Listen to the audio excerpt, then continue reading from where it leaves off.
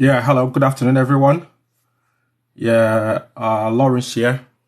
So I don't know if you can see me. Here I am.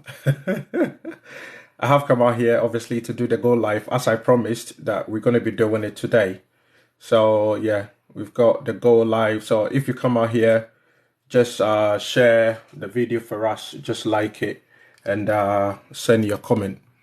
And also, if you want to share the video with your friends, with your colleagues, and everyone. So we are out here, and just let me know where you are watching from. Just let us know where you're watching from. That will be really appreciated. Yeah, immediately you join. So yeah, I'm ready. I'm ready to go, and I hope you are also ready to go through this as well. Yeah, I am ready to go. So let's wait for a lot more people to join. So just invite as many of your colleague as much as you can. So what we're going to be talking about today is for the skilled worker visa, and also we're going to be talking about how to sign up to the Royal Navy, obviously for the Commonwealth. Commonwealth applications are open now. So we're going to be talking about those two today. So send out the invites to your friends, invite them to join in. That is 2 p.m. So let's get ready to go. Let's get ready to go. Yeah.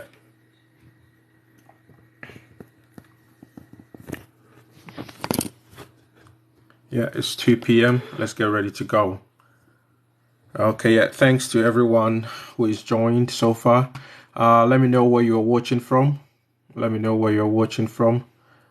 So bring your comment, share for us, share for us, so that your brothers and your sisters, your friends and your cousins, everybody can benefit from it.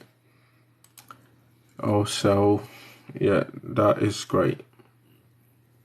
Okay, yeah, share for us and let us start this as soon as we get as many people obviously join us. Then yeah, we can, because what I've realized that most people probably join a little bit late, and then they keep asking the same questions over and over again, and I happen to probably be repeating myself. So I'm just going to wait for a few more people to join. So once a few more people have joined, then we can start this. We can get this started. Yeah, I hope everybody can see the screen. So just give me a thumbs up. Just give me a thumbs up if you can see my screen. Yeah, Cabe Watson is asking whether you can apply as an officer. No. If you are Commonwealth, yeah, if you are Commonwealth, unless you've lived in the UK for 5 years and you've got indefinite leave to remain, and also you've got a British passport, then that's the only time you'll be able to join. You'll be able to sign up and join as yeah, let me bring it around. So hopefully you can all see me. So yeah, so I'm here. So yeah, as long as you have got what you call it, indefinite leave to remain. If you've got indefinite leave to remain, then obviously you will be able to join and sign up as an officer, or you've got a British passport and at least you've lived in the UK for 5 years. That's when you'll be able to join up as an officer. So hello, let us know where you're watching from. Let's know where you're watching from. Let's get as many people. Send the invite out. Send the invite out. Invite your friends. Invite your colleagues to join in. I don't want them to miss out. I don't want them to miss out. Yeah, I don't want them to miss out. Send it to your friends. Send it to your colleagues. If you are probably not interested, maybe some of your friends might be interested and they will probably be willing to learn and to know more. So just join in. Okay, Kojo Aka said, yeah, I've done my application. Okay, brilliant. Yeah, someone said I'm watching from Mamiya Mandi. I'm watching from Ghana. Okay, brilliant. Yeah, Richie said thank you from Nigeria. Okay, yeah, Petite. Yeah, please share it for us. Share it for us. Share for us. If you want to come on and obviously be a guest as well and ask some direct questions, as and when we progress, as and when we go on, then obviously you'll be able to send the invite out. Send the invite out. Send the invite out. Send the invite out. please send them out. Invite your friends to join in so that we don't keep repeating exactly the same thing over and over again. So it's 2 p.m. as I said, UK time. Okay, yeah, and we're gonna be starting this the moment our numbers hit 30, then we're gonna start this. So let's probably just give 2 more minutes. Yeah, invite your colleagues, invite your friends. Yeah, someone said, Mamiya Mandy, please, about the online business. Okay, yeah, about the online business, yeah, I can probably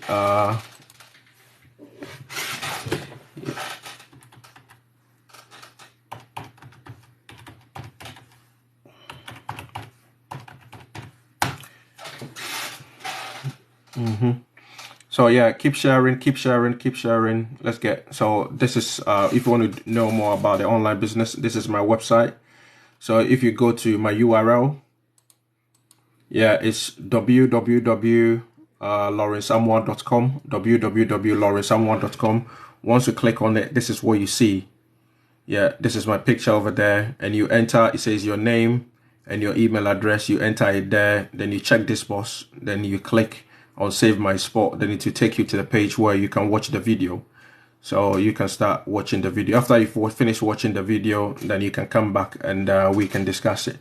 Okay, so okay guys, let's get started. Yeah, invite your friends. Have you sent the invite out? Invite your friends. I've seen a number of people are on here. Just send the invite out. Just send the invite out. Yeah, so that we can do this. We can do this.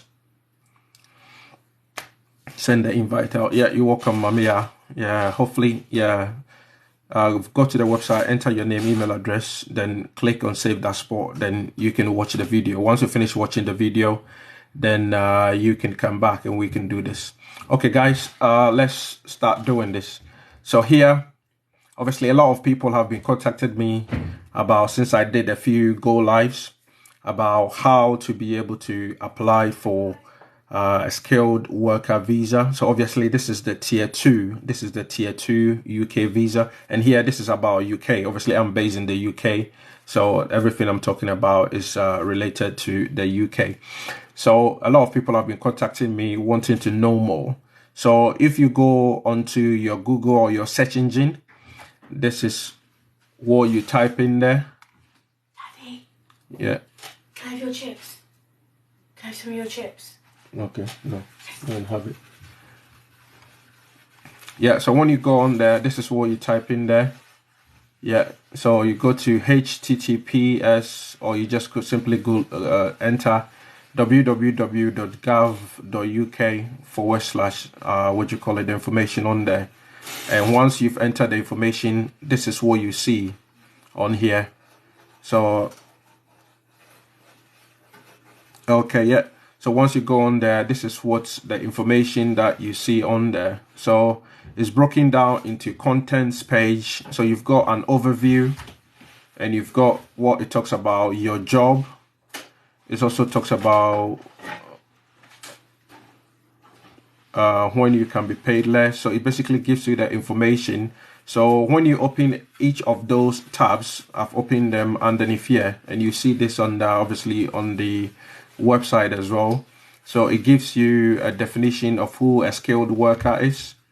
So yeah, it gives you a definition of who a skilled worker is: to come or stay in the UK to do an eligible job with an approved employer. So it gives you information about that. And also, so basically all of this information, and it tells you that this has replaced the general tier 2 one as well. And it also goes on to give you a lot of information.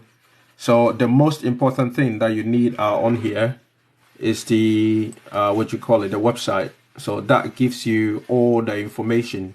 That gives you all the information that you need whilst you are on this particular page. You're on this particular page.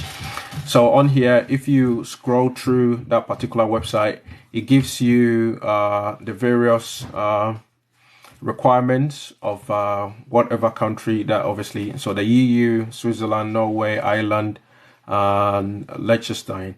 So it gives you information on there.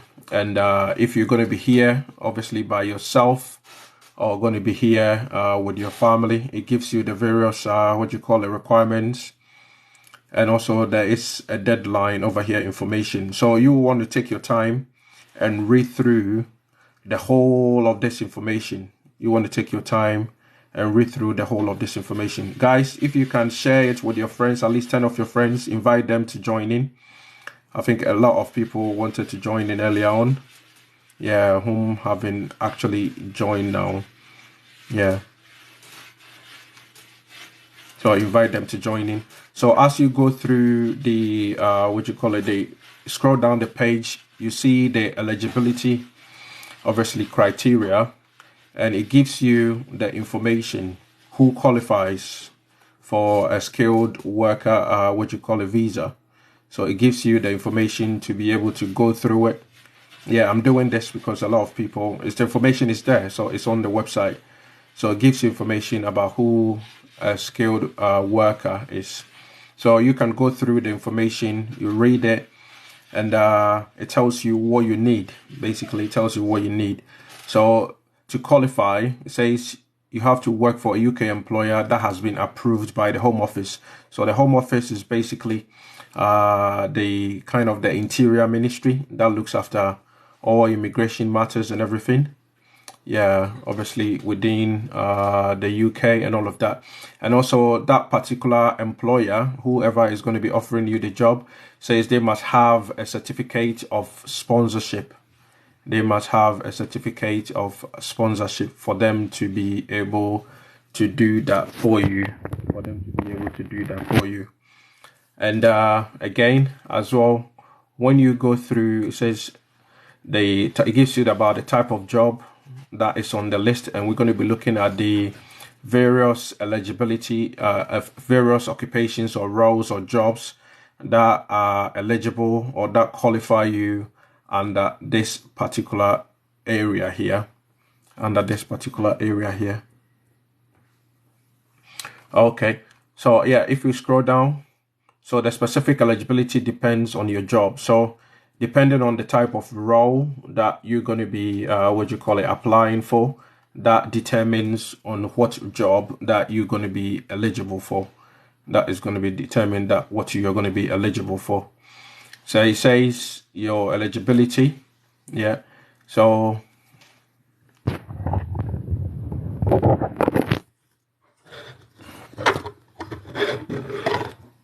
guys, I hope you are seeing this.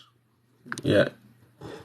If you are not seeing this, so yeah, then please do let me know. So it takes you through here and it gives you some of the eligibility, criteria.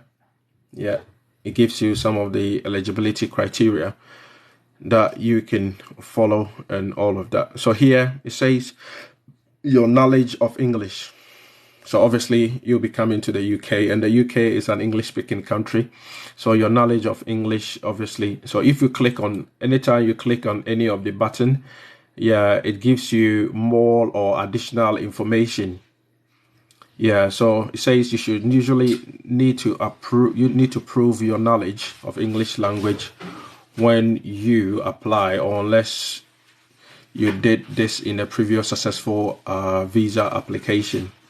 So yeah, so you should be able to prove that obviously you are proficient, or you have a good understanding or grasp of the Queen's language or the English language. Obviously that is the official language, yeah, used in the UK here. So yeah, so that you can, if you've got any questions, guys, yeah, you can invite to come in as a guest. Then yeah, we can interact, and I can ask the questions directly as and when obviously we're going through this as well. You can ask direct questions, so as and when we're going through this.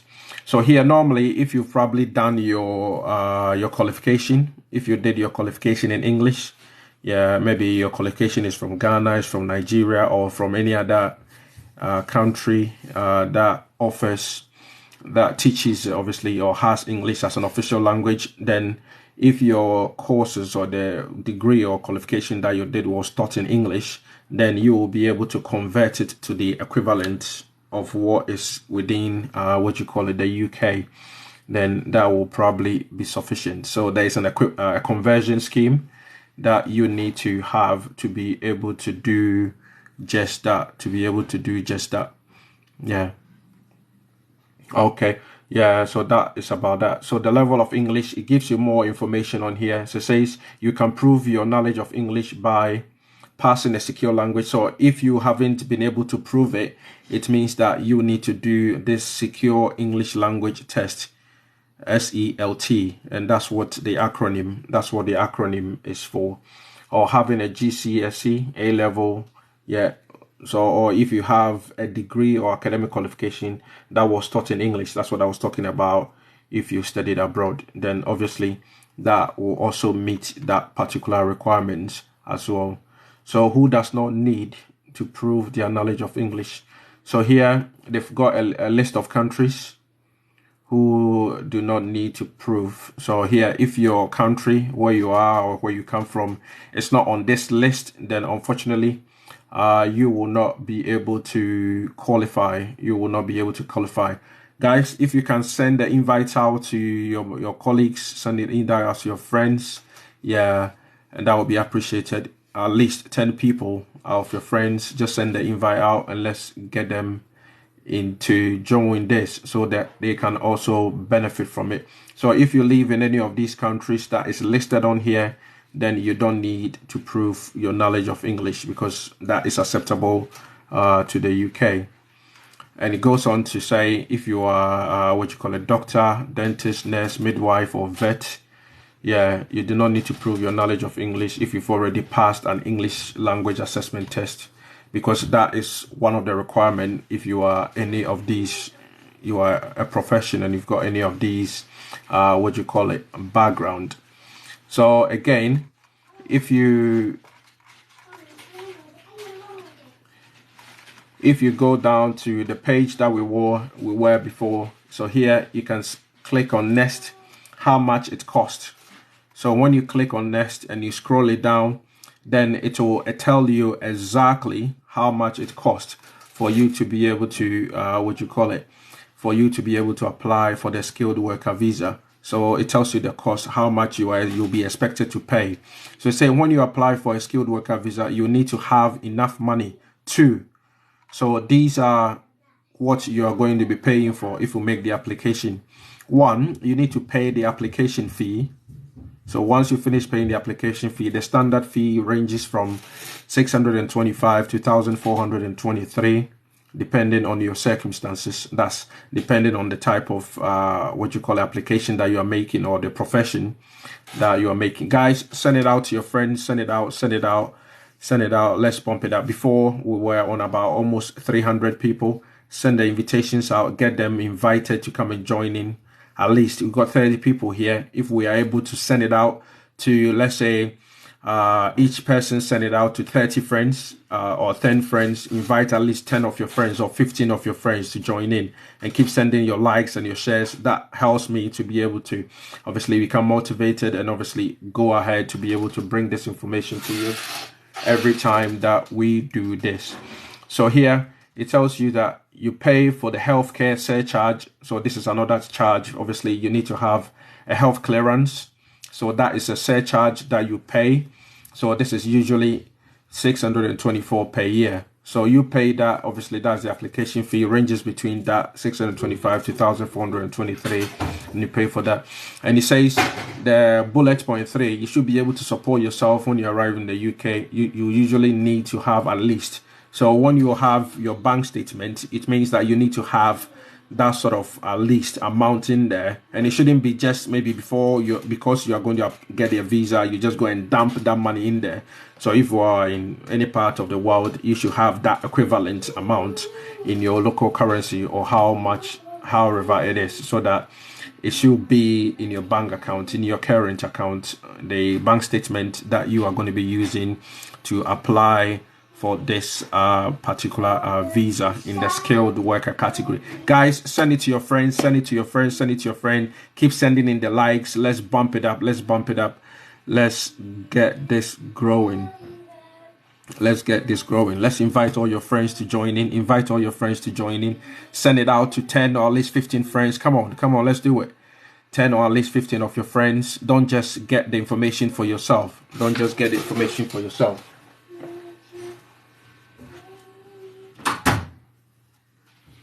Yeah, don't just get the information for yourself. Don't just get the information for yourself. Yeah, we should be going out there. We should be sending, guys. Yeah. Let's not just get information for ourselves. We should be sending it out. We should be sending it out to your friends, your brothers and sisters, your colleagues, so that they all benefit from it. We want everybody to be benefited from it. So just send it out to them. Just send it out to them. Yeah, I'm here and we're going to be here for probably the next 1 or 2 hours trying to go through this so that we try and improve the lives of many people as we can and try to give everybody information. So if you are on here, send it to at least 15 of your friends, and you can keep sending it and sending it and sending it. Invite everybody to come and join in. Otherwise, they will probably come later on and keep asking you the question or keep asking me the same question. But let's get them on here. Let's get them on here so that they all benefit from it. This is information that we are sharing that is going to be benefiting everyone if you want to implement it. Yeah, guys, let's send it out. Let's send it out. Yeah, so send it out. Invite your friends and send out, the likes. Send the likes coming through. Invite them to join in. Share it for us. So now let's crack on with this. Let's continue. So now if you scroll down on the page, it gives you an example of what will be expected of you. So it gives you an example here. So if you're applying to come to the UK from Argentina for 2 years on a skilled worker visa, your job is not a shortage occupation, so your visa will cost 625. So this is just an example, plus 624 for each year of your stay for the healthcare surcharge. So that surcharge, you pay it every year on a yearly basis.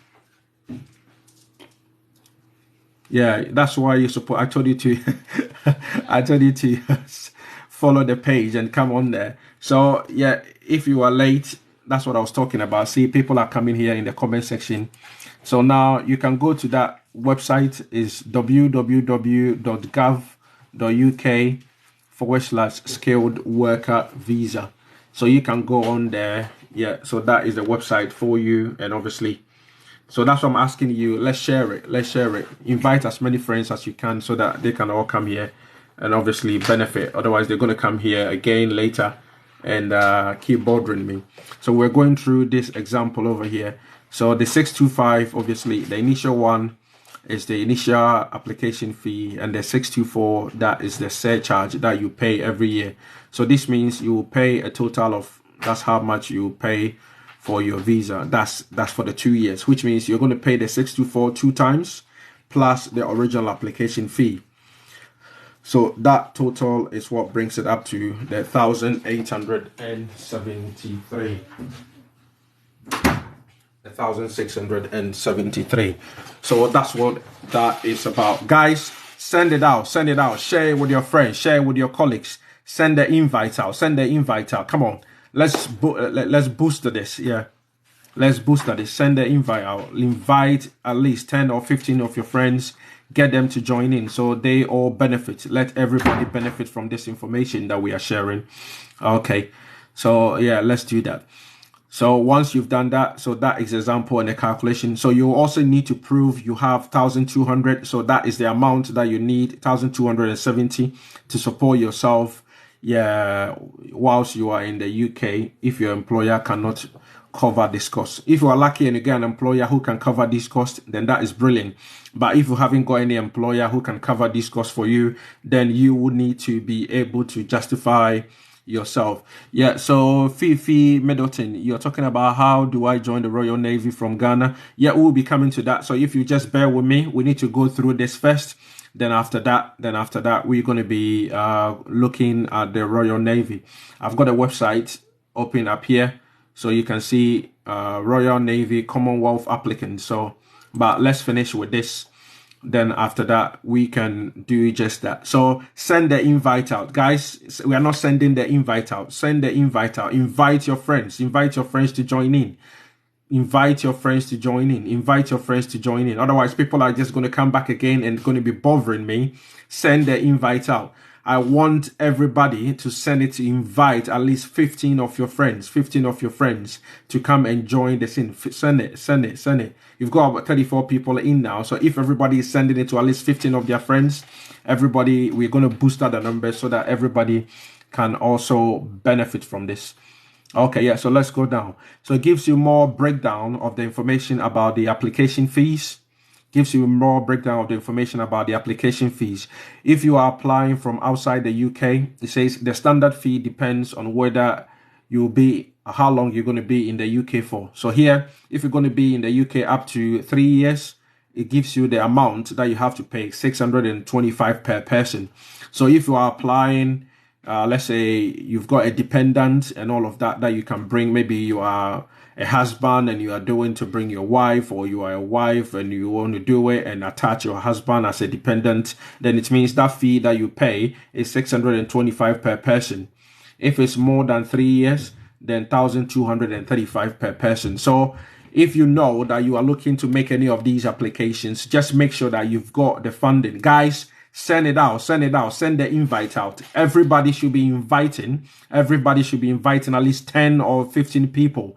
Keep sending. You can send it out as many times as you can. Let's bomb the numbers up so that everybody will come out here and benefit from this information. Let's not just keep the information to yourself. Let's boost it out. Keep sending the likes, keep sending the shares. Share, like, comment for us. Share, like, comment for us. Share, like, comment for us. Share with at least 10 of your friends, 15 of your friends. Keep doing it whilst we are all benefiting from this. If you want to come on live as well, you can send me a request and I will accept you on here, so you can ask me a question, a direct question. If you want to, then I can explain it. Then we can go forward in case you need further explanation. So here it says, if you are applying from inside the UK, that's if you're already here to extend. That's if you've been here, let's say you are given 3 years and you are inside already in the UK and you want to extend it, then you can switch it or you can update your visa. The standard fee depends on whether you be in the UK or how long you're going to be in the UK for. So if it's up to 3 years, so these fees or these costs are on here, most of the time they go up with inflation. So now that we are talking about these fees, maybe if you probably wait till next year, normally by April and all of time, then inflation is going to affect these costs or anything of that sort. So if you fall within the category, and we're going to be looking at the categories later on. Guys, keep inviting your friends. Send it out. At least 10 or 15 people. Let's bump it up. You're doing really well. Let's bump it up. Send your likes, send your shares, send it out. Don't keep the information to yourself. Let's get more people to join in on here.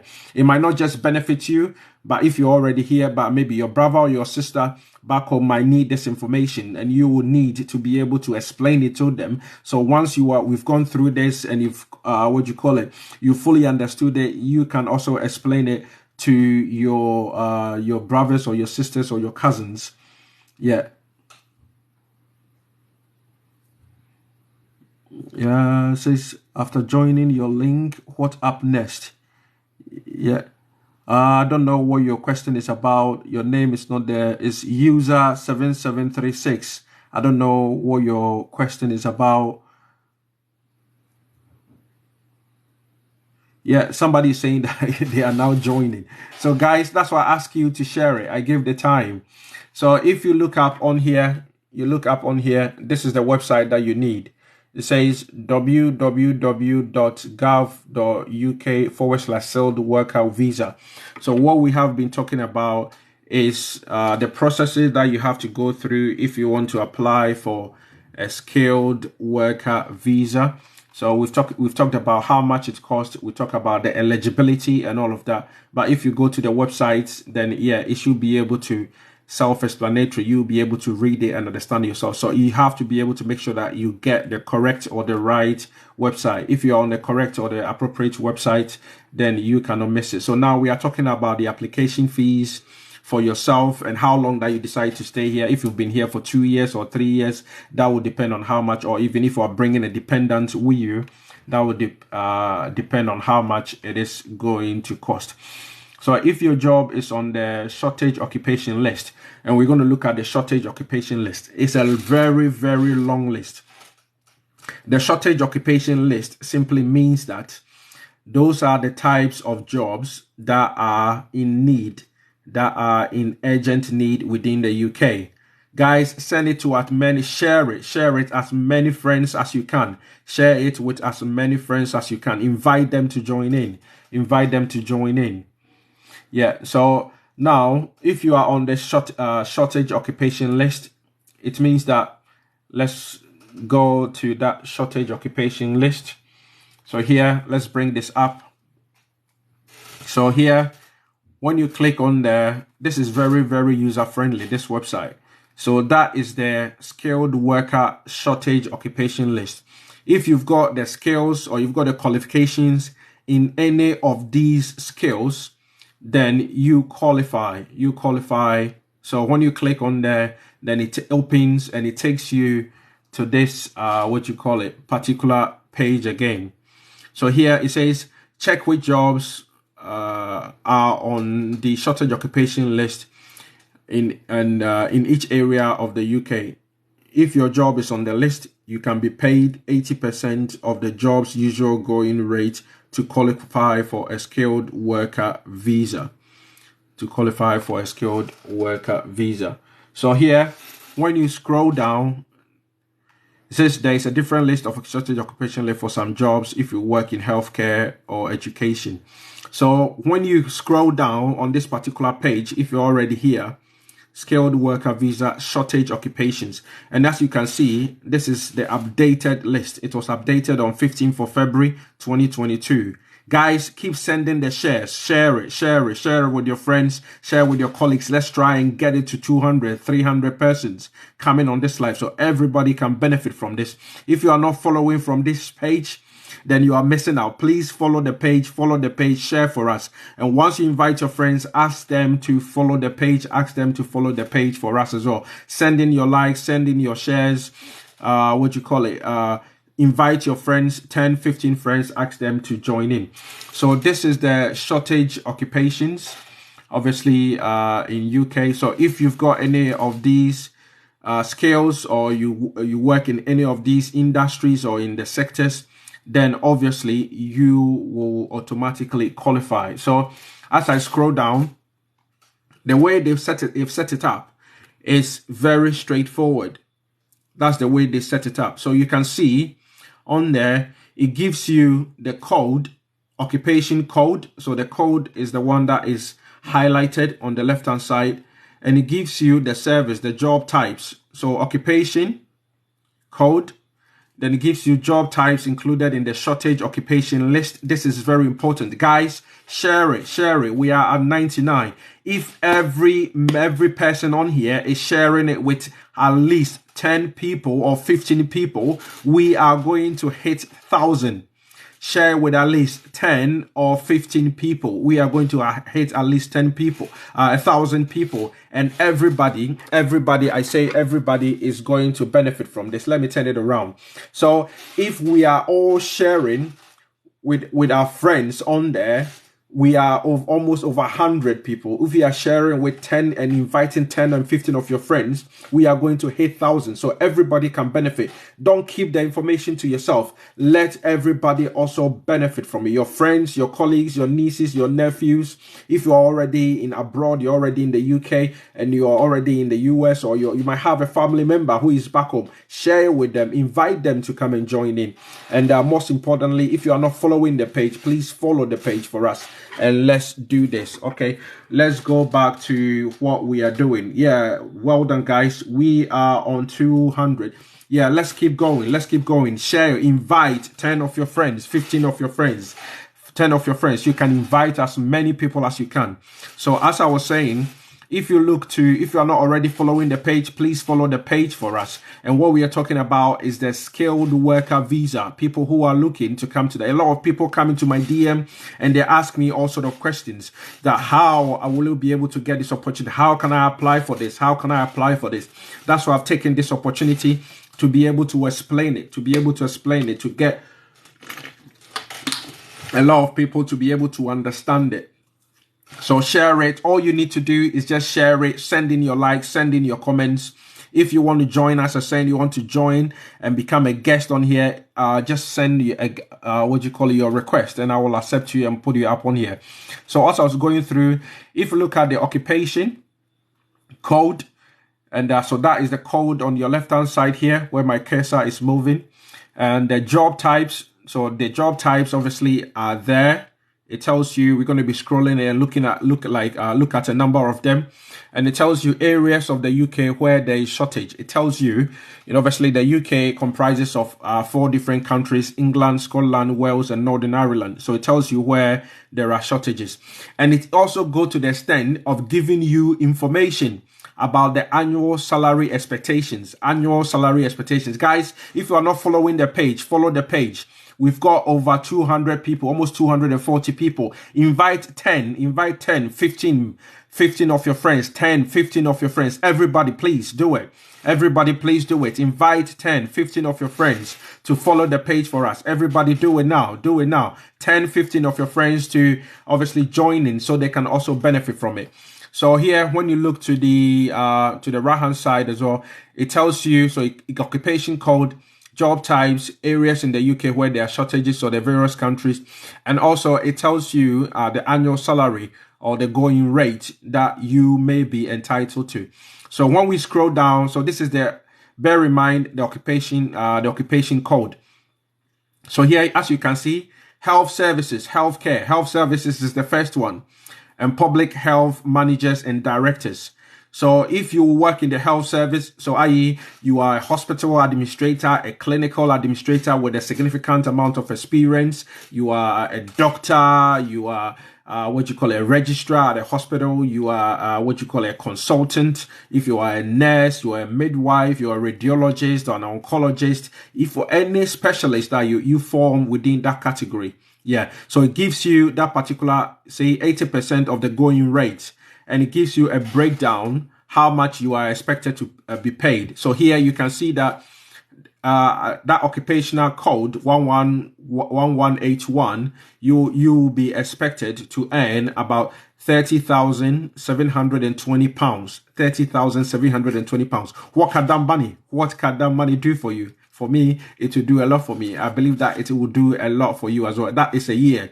Or you can earn £15, 15 pence per hour, every hour, £15, 15 pence per hour. So that is the first job. When you go to the second job, that occupational code is got residential day. So now, guys, those who have just joined in, what we're talking about is the skilled worker. If you are outside the UK and you are looking to be able to travel to the UK and be able to get a gainful employment, to be able to get a job before you actually arrive in the UK. So when you arrive in the UK, you are not running around, you haven't got a visa, you haven't got a job. So here, by the time you arrive in the UK, you already have a job. So guys, send the invite. Get the numbers are dropping. Send your invites out to your friends, to your colleagues, at least 10 or 15 of your friends. Invite them to join in. If you're not already following the page, please follow the page for us. Invite your friends and ask them also to follow the page for us. Send in your likes, send in your shares, and that will be very much appreciated. So here it's talking about residential, day and domiciliary care managers. So here, obviously in the UK, we've got loads of care homes and all of that. So if you've got any of such experience as well, then obviously you will be able to apply. So you've got 80% of the going rate, and it gives you the salary expectation. This is per annum, per year. So, and also per hour, how much you will be expected, obviously, to be paid. I believe that is a lot of money, especially those of us coming from third world countries or developing countries. So here, it gives you chemical scientist. So yeah, if you are a scientist, maybe you are a biochemist, or you have got any, you are a nuclear scientist, you are a physicist, or anything of that sort, then if you've got experience, here it says Scotland only. So it breaks it down for you, makes it very, very simple for you to be able to get this information. Then as you scroll down, it's a biological scientist as well. So most of the jobs in the science environment, yeah, that is very good as well. And you go down, yeah, so loads of the science, it tells you the location where they are, and it tells you obviously the salary expectation. Then you come on here, social and the humanities scientist. It says only archaeologists. So if you are an archaeologist, then obviously you can apply. It gives you the salary expectations, and that is the code as well. So you need the code, and you need that, and you need obviously the area, the location, or the country where it is available, and also the going rate. That's how much you expect it to be paid on a year, every year, or maybe on an hourly basis. Guys, invite your friends, share it with your friends, 10 or 15 of your friends, invite them. Also keep sending your likes. You can keep tapping the screen, like it as many times. The more you are liking it, the more it's getting noticed. The live is getting noticed, and you will be able to. So the website, this is the website. Somebody is asking about the website. If you look at the URL, is www.gov.uk. That is the website. So you can look for that information. That is the website right there. So you can pick that up, and obviously you can run with it. So guys, that's why I'm asking everybody, pleading with you, please share it. Otherwise, people who have joined in late, they just keep asking exactly the same questions over and over again. Otherwise, it's going to make this go live very, very long. Okay, so let's go through it there. See a lot of other jobs, mechanical engineers, all jobs. So if you're a mechanical engineer, then that's it for you. Electrical engineers, that is there as well. That is on the shortage list. So I told you there are loads and loads, hundreds of jobs on here. You've got electronics engineers, all jobs as well. Design and development engineers. That is also there. Production and process engineers. So if you've got any of these background or qualifications at all, engineering professionals, not elsewhere classifies, because obviously there are a lot of engineering jobs, IT engineers, and construction.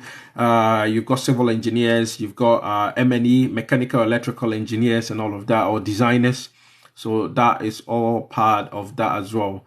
So IT, architects, system engineers, or you can be a computer scientist or any type of that engineer. If you're a web design or you can know how to develop apps and all of that, then obviously you also qualify. Guys, send it to at least 15 of your friends. Keep sending your likes. The likes are not coming through at all. Everybody should send, please. Everybody should send 20 likes. Just tap your screen 20 times. Tap your screen. Keep tapping away. I want everybody to tap their screens at least 20 times. Tap away at least 20 times to join in. Follow the page. If you're not already following, invite your friends to join in. Let's do this. Okay, so that is the website that I've just showed you. You can go to that website and obviously do that as well. And we can keep scrolling down. So if you are a veterinarian, then obviously you also qualify. You are an actuarist. I.e. those who normally work in insurances and all of that, or risk. You're an economist or statistician. You also qualify. Architects, all jobs. Quality control and planning engineers. All jobs. So you can see there are laboratory technicians. So if you're a laboratory technician, you are also in high demand as well, and that's how much you're likely to be paid as your entry salary or your salary beginning. So guys, we've got lots of people. Everybody, please pause now. Tap your screen 20 times. Everybody stop now. Tap your screen 20 times at least. Let me just spin it around. Guys, we need to be able to get this to a lot of people. So everybody, just take some time. Tap your screen 20 times. Send in all your likes. All the people all on here. Tap your screen 20 times. Send in the likes. Also invite at least 15 people, 15 individuals, 15 of your friends. Invite them now. Send them the invite to come and join in. Send them the invite to at least 10, 15 of your friends to join in. Let's get this to a lot of people. Tap the screen as many times as you can. Obviously, send in the likes. Everybody, let's do it now. 20 people, at least everybody. Give us the likes, 20 likes from everybody who is on their go live right now. And let's invite at least 15 or 20 of your friends. Invite them to come in.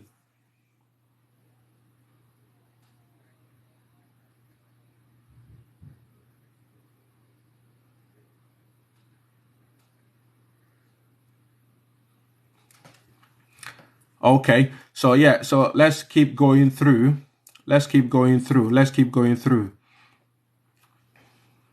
Okay, so yeah, we've got this on here. So let's keep going through. Let's keep going through. Yeah, let's keep going through. So you've got the jobs. Yeah, you've got the jobs.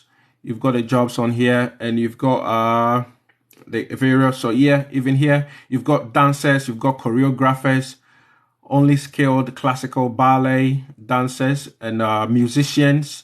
So yeah, you can see there are loads of other jobs. You've got arts officers, producers, and directors, all jobs. So loads and graphic designers as well. Welding trades. I know some earlier on, some people were asking me about welding.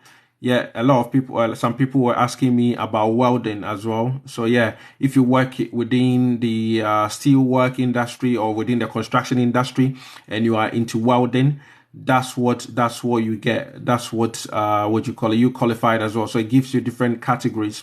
Care workers. So if you want to work as a healthcare worker or a home care worker, looking after probably older people or even taking care of individuals who are very sick, who are very ill, and probably have got mobility issues, yeah, you will be able to do that as well. You will be able to do that as well. Yeah, so that is also very good as well. So senior care workers. So you can see there are loads and loads and loads of them on here. There are loads and loads and loads of the categories that you can fall under. So all you need is the qualifications. All you need is the qualifications. If you've got the qualifications, you've got any of these categories that you know you fall within, then you need the code. So you need the code. You need the code as well. So you need the code for the work or the role, and you need to know which particular area it is and which part of England or which country in the UK, sorry, it is, and also how much salary expectations that you are likely to be paid. So here, that is that for you. So it says if your job is on only, you'll be paid at the going rate to qualify for a skilled worker visa. So here, it also talks about there is a different list of shortage occupations for some jobs if you work in the healthcare. So now let's look at that as well. If you work in the healthcare or the education sector, so that's where I talk about the people who work in healthcare, nurses, doctors, and all of that. They are in high demand. Midwife or those who work in the midwifery department, they are in high demand. Guys, keep sending your likes and your shares. Keep sending them through. I'll invite at least 10 of your friends, 10, 15 of your friends. Ask them to join in and keep sending your likes. Keep sending your likes. Everybody, please invite at least 10 or 15 of your friends to join in. If you're not following the page, please follow the page for us. Invite them to join in and follow the page for us. So other skilled worker visa, yeah. So occupations, shortage occupations for health and education. So here, this is another PDF as well. So when you go on, as I said, it's very user friendly. You click on there and that also opens for you as well. So skilled worker visa. So if you know somebody, if you know someone who works in the healthcare industry, yeah, you are the doctor, midwife, a nurse, maybe they are obviously education, they're a teacher, they're a lecturer, they're primary care educational, they're a tutor, any skills, as long as they fall within any of these category, then obviously they will qualify. So this one also should be broken down into occupational code and also the various job types as well. So here 221. So you got medical practitioners, i.e. doctors. Yeah, so if you're a medical doctor or a practitioner, then obviously all jobs. So every field that you are, whether you are a general doctor or you are a specialist doctor, anesthetist or whatever, a pediatrician or whatever you are, then obviously you qualify as well. Psychologists, yeah, all jobs. Pharmacists. So a few people earlier on were asking me questions about them being a pharmacist. Guys, keep sending, share it for us. At least 10 or 15 of your friends, keep sharing it for us. Yeah, if you're not benefiting, maybe a friend of yours will benefit, or a brother or sister of yours will benefit from it. So medical radiographers, healthcare professionals, not mentioned elsewhere. Physiotherapist, occupational therapist, speech and language therapist. All these are in shortage. Nurses, look at that. all jobs, nurses, all jobs, all jobs, all jobs. Yeah, that is also in high demand. So the teachers, secondary school education teaching professionals, yeah, and also secondary education teaching professionals. So yeah, so that is also there as well. And social workers, if you work with children or you work with minors, you work with vulnerable people, then obviously, yeah, you also qualified as well. Paramedics, if you are a paramedic or what you call it, you work for the emergency services, obviously, yeah, you qualify for that as well. And nurses auxiliary, like assistant, you are a healthcare assistant, you are a nursing assistant, whether you are a physician assistant and all of that, you qualify for all of this as well. Guys, our numbers are dropping. Send the invite out, come on. Let's follow those up on here. Send the invite out. At least 10 or 15 of your friends. Send the invite out. Yeah, I'm going to be coming on to one at a time. Some people are still asking about the Royal Navy. I'm going to be coming on at a time. So probably because a lot of questions are coming about the Navy, I hope if anybody's got any questions, then I will be coming here to explain to it. Okay, so what we're going to be doing next is going to be looking at let me see whether I have to finish that one there. Yeah, let's see. I think next time we'll probably come and take each job one after the other. Yeah, take each job one after the other. So what we have been looking at so far, just a summary of it, we've been looking at, that is the website that you need. Yeah, that is the website that you need. So it's the www.gov.uk skilled worker visa. That's what you need. And that will bring you to this page. And you can look at the contents. You can look at your job, how much it costs here probably. So next time, what we're going to be doing, so we look at the cost. Next time we're going to be looking at the documents that you need to apply, because a lot of people are asking me questions about the Navy and all of that. So I think I should probably switch over the Navy. But once you found that website, that is the most important thing. You can go through there and scroll through the information on yourself. So the documents you need to apply, for instance, I can quickly scan through it. If you click on there, it tells you everything that you need. Says you need a certificate of sponsorship for reference from your employer, proof of knowledge of English, a valid passport, obviously, your job title and annual salary. Yeah, that's how much you are earning currently, because you expect that you'll be working, your job, occupations code. So that is the code that you pick from that table that we looked at previously, and also the name of your employer and their sponsor. Yeah, that you look at as well. So probably next time we're going to be looking from that point onwards, the documents that you need to apply, and we can move on from there. So we will look at all the other tabs and try and explain it better. Guys, send the invite out, invite your friends. Yeah, this is what probably a lot of people on here have been asking me the questions, that what they've been waiting for. So here we're going to be looking at the Royal Navy Commonwealth applicants. Yeah, let me spin my camera over. So guys, what we're going to be looking at next is the Royal Navy. Obviously the Army, the Army is not, British Army is not recruiting now. They've suspended the applications for all Commonwealth countries, i.e. if you are not in the UK, then you are applying from outside the UK. They've suspended applications for the Army and also the Royal Air Force. But if you are outside the UK now, the Royal Navy has opened their applications that you can apply. So that's what I'm going to be going through. But for me to be able to start this and start going through this, I want everybody on here, currently on here now, please, I want everybody on here, send their invite now, send invitations now to at least 10 and 15 of your friends, And once you've done that, send invite to at least 10, 15 of your friends to join in, because I don't want to finish this and everybody will be coming back asking me exactly the same questions again. Send the invite now to 10 or at least 15 of your friends and send the likes, keep liking the page, keep sending the likes, and let's growing. If you are not following the page, please follow the page for us. So all you need to do, 2 steps. Invite at least 10 or 15 of your friends, And once you've done that, then you send at least 20 likes. Keep tapping on your page. Keep tapping on your screen. At least 20 likes. Okay, then we can crack on with this. Yeah, good one. Okay, so I hope everybody can see my screen, and yeah, send the invite out. So now let's look at this. So if you've got, this is the website, the URL that you are looking for.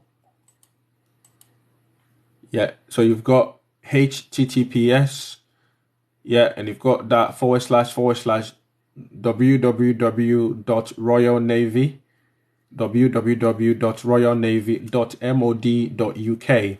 That's what you're looking for. If you enter that, it should be able to bring you to this page. You can forget about all the rest. The most important bit is the highlighted bit.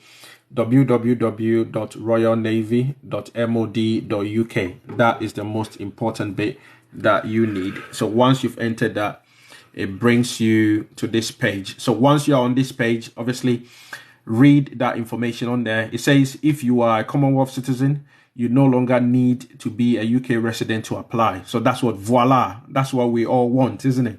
So if we're a Commonwealth citizen, have we all sent the invite to at least 10 or 15 of our friends to join, asking them to join? Okay, have we all done that, please? If you haven't, please do it. Please do it and follow the page for us. Please follow the page for us. Invite at least 10 or 15 of your friends. You can keep inviting different people. Don't invite the same people. Don't invite the same people. Keep inviting different people, different friends to join in. If one is not interested, somebody else might be interested. So Royal Navy Commonwealth applicant. So it says, yeah, you no longer need to be a UK resident to apply, which means that a career in the Royal Navy is more accessible than ever. Yeah, you can find the roles currently to Commonwealth applicants below. To apply, you will need to, so these are the requirements for you to apply. You will need to hold a valid passport. You will need to hold a valid passport and meet the eligibility criteria. We're going to be looking at all this and meet the eligibility criteria for your chosen role. That's the job that you're going to choose, or the role that you're going to choose, or the occupation that you're going to choose. If you are an overseas applicant, you need, so this is another requirement. So if you are applying from overseas, you need to be age 18 or over and have a visa. Yeah, you need to be over age 18 and over and have a visa if you are at overseas. So that's what you call it, how you'll be able to, because obviously you need a visa to be able to travel to the UK.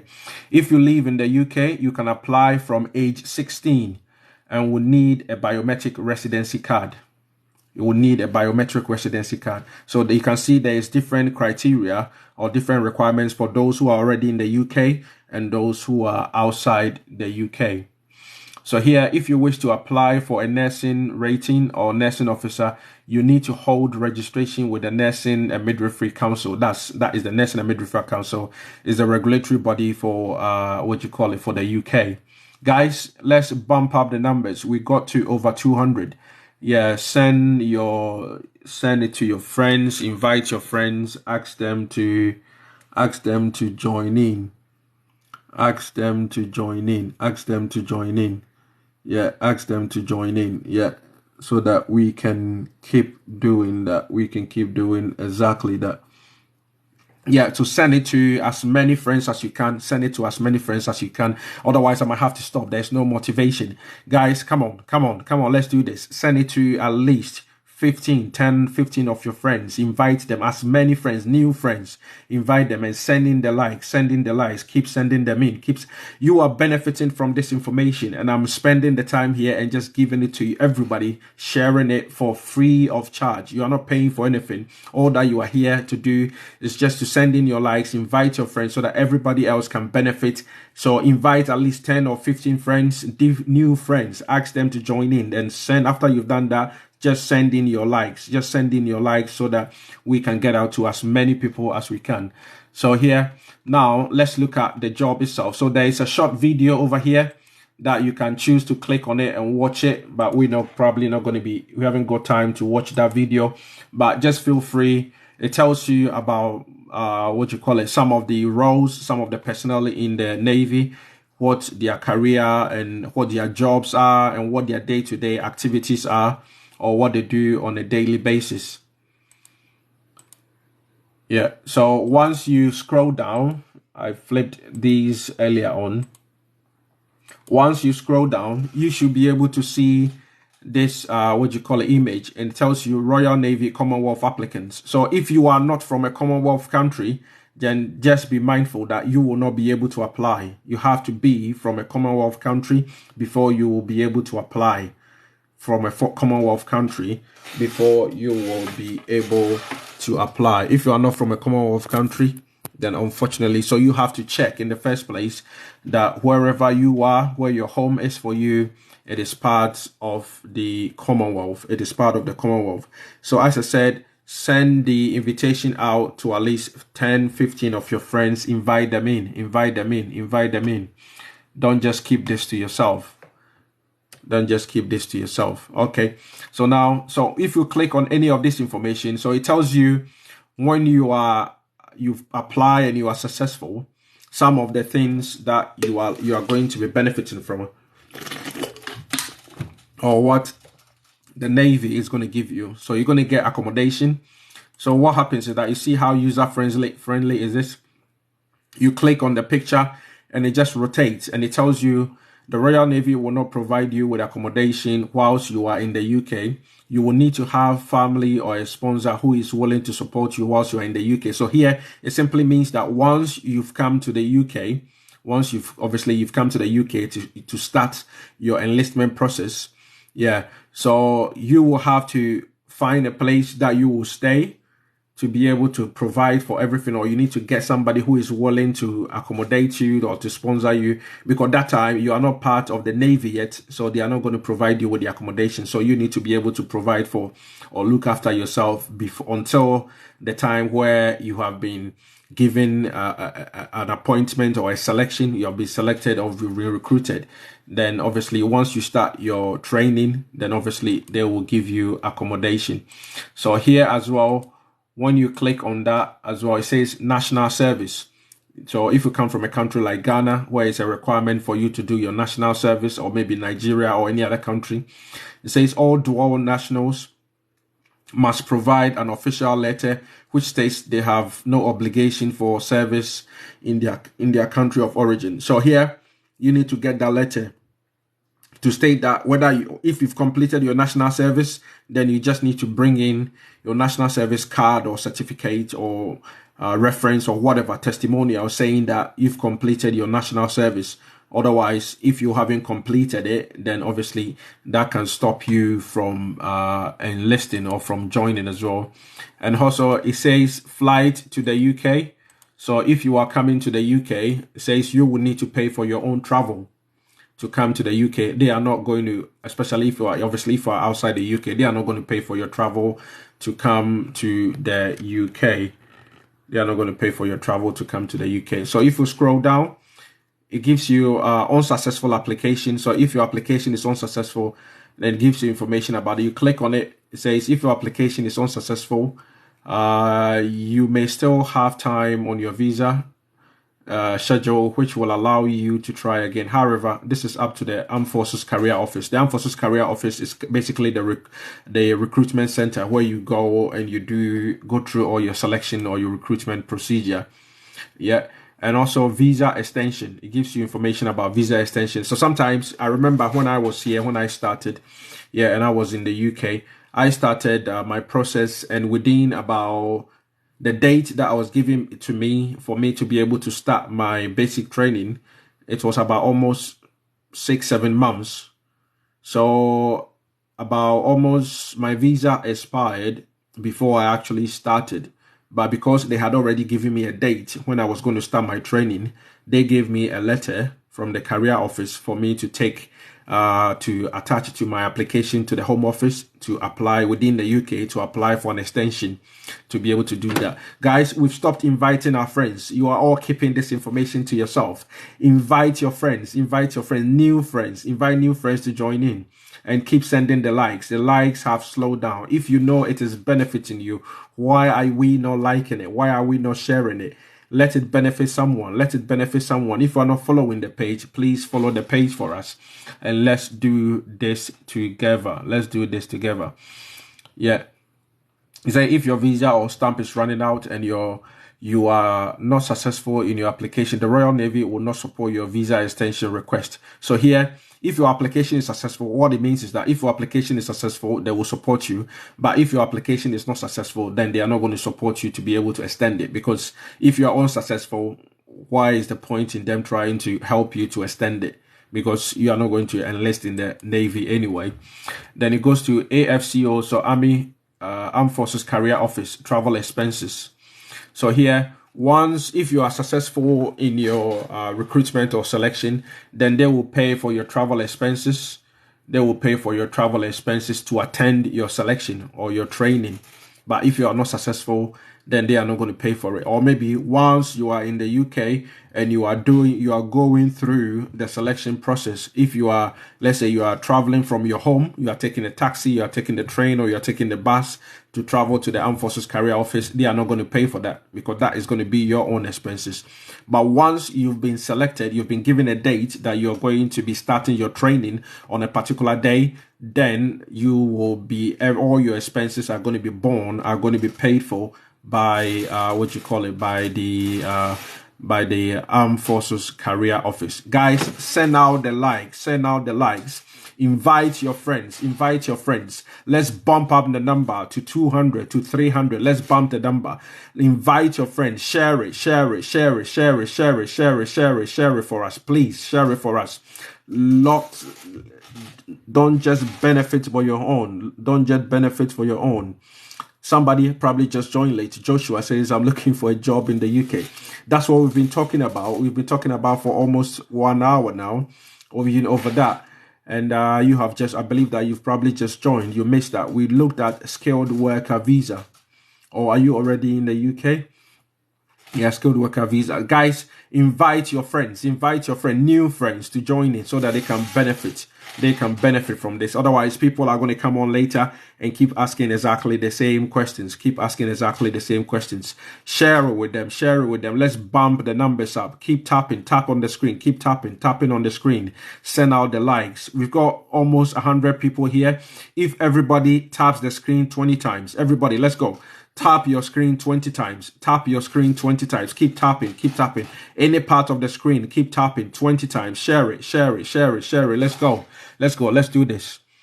Yeah. So, we've talked about the travel expenses. So you can scroll down again to security clearance. So security clearance, all naval service candidates will need to receive security clearance before they are able to enter the service. So here, what normally happens is that, let's say if we're coming from Nigeria or you're coming from Ghana and all of that, then what is going to happen is that basically they need to know that you haven't in the past been involved in any fraudulent activities, or maybe any armed robbery activities, any theft, any burglary, or your immediate family member hasn't committed any heinous crime, or you are not linked into any kind of activity, terrorist activity or anything. So you need that security clearance. For myself, before I joined the British Army, in 2007, I had to get a police report from back home, just to confirm that I haven't got any criminal history or any criminal background before I was able to accept. I was probably accepted into it. Yeah. So expired passport. If your passport runs out prior to you joining the Royal Navy, you will not be able to enter the service. Yeah. So just make sure that if you are coming here, you've got enough time on your passport. So so if at least, normally they say that about 6 months on your passport, left on your passport, but I would normally say if you've probably got a minimum of at least a year. So in case that when you come over here and your application process and everything delays a little bit, you still got enough time. Otherwise, once your passport expires, then you will need to apply for a new passport from the Ghana High Commission. Then obviously before you can continue your application from there. And also swimming. This is very, very important. It says all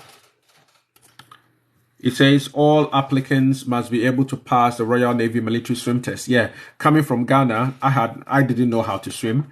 Yeah, I didn't know how to swim. So if you don't know how to swim, it's not a problem because they are going to give you the training. Every morning, what I was doing is every morning I was going for swimming lessons, 6 o'clock every morning. I was going for swimming lesson before even I do any other activity. So 6 o'clock every morning for 1 hour for almost, it took me about 2 months before I was able to pass the military swim test.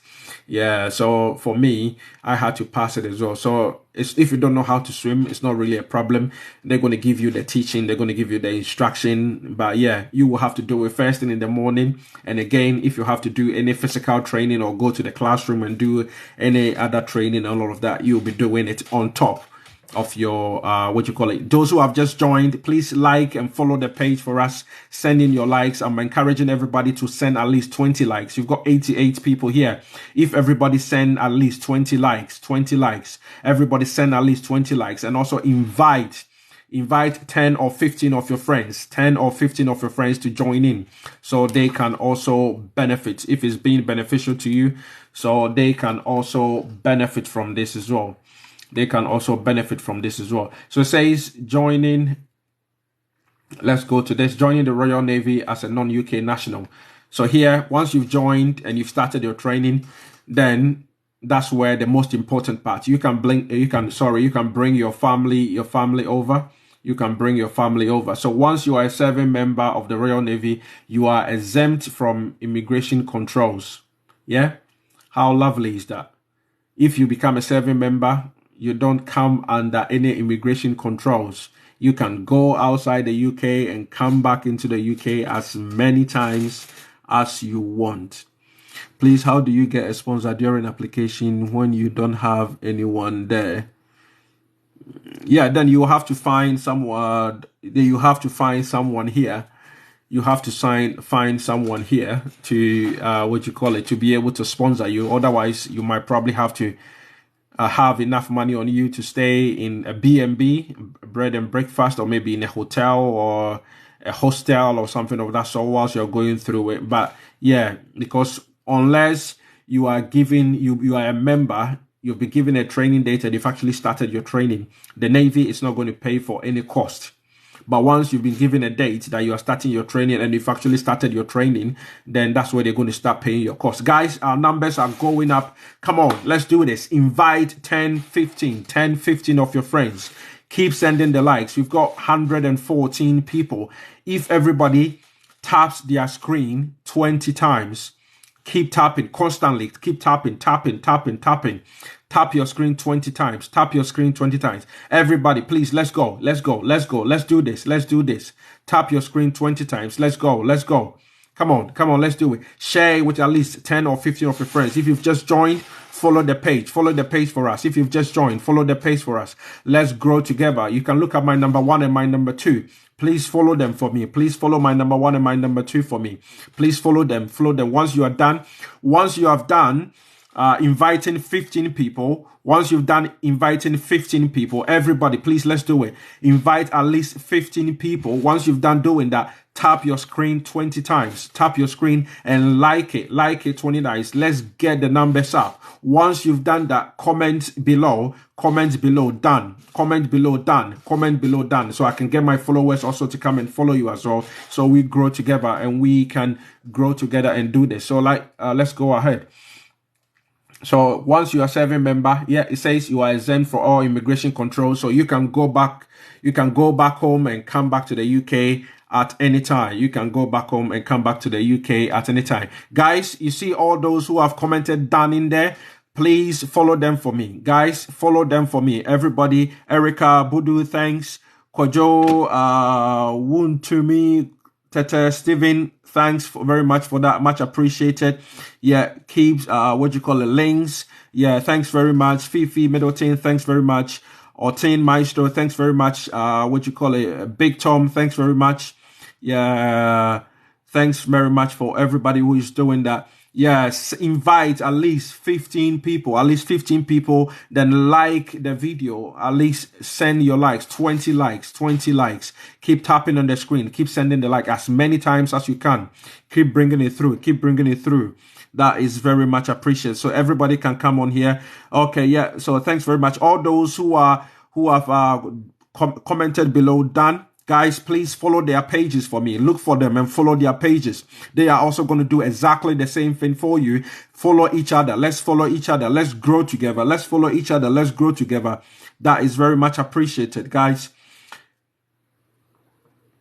Yeah, if you haven't got a degree, we're going to go through the criteria soon, and it says minimum income requirements. Let's go through this. Minimum income requirements. Okay, let's look at this one here.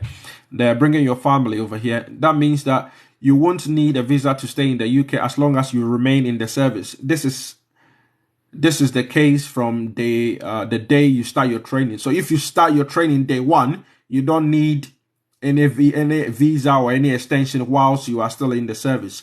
So normal immigration rules will still apply to your family. If you've got any family member, then the normal immigration rules will still apply to them. I.e., once you've started your training, which means you have the ability, if you are a husband, you can go and bring your wife and your children over. If you are a wife, you can go and bring your husband and your children over, and vice versa.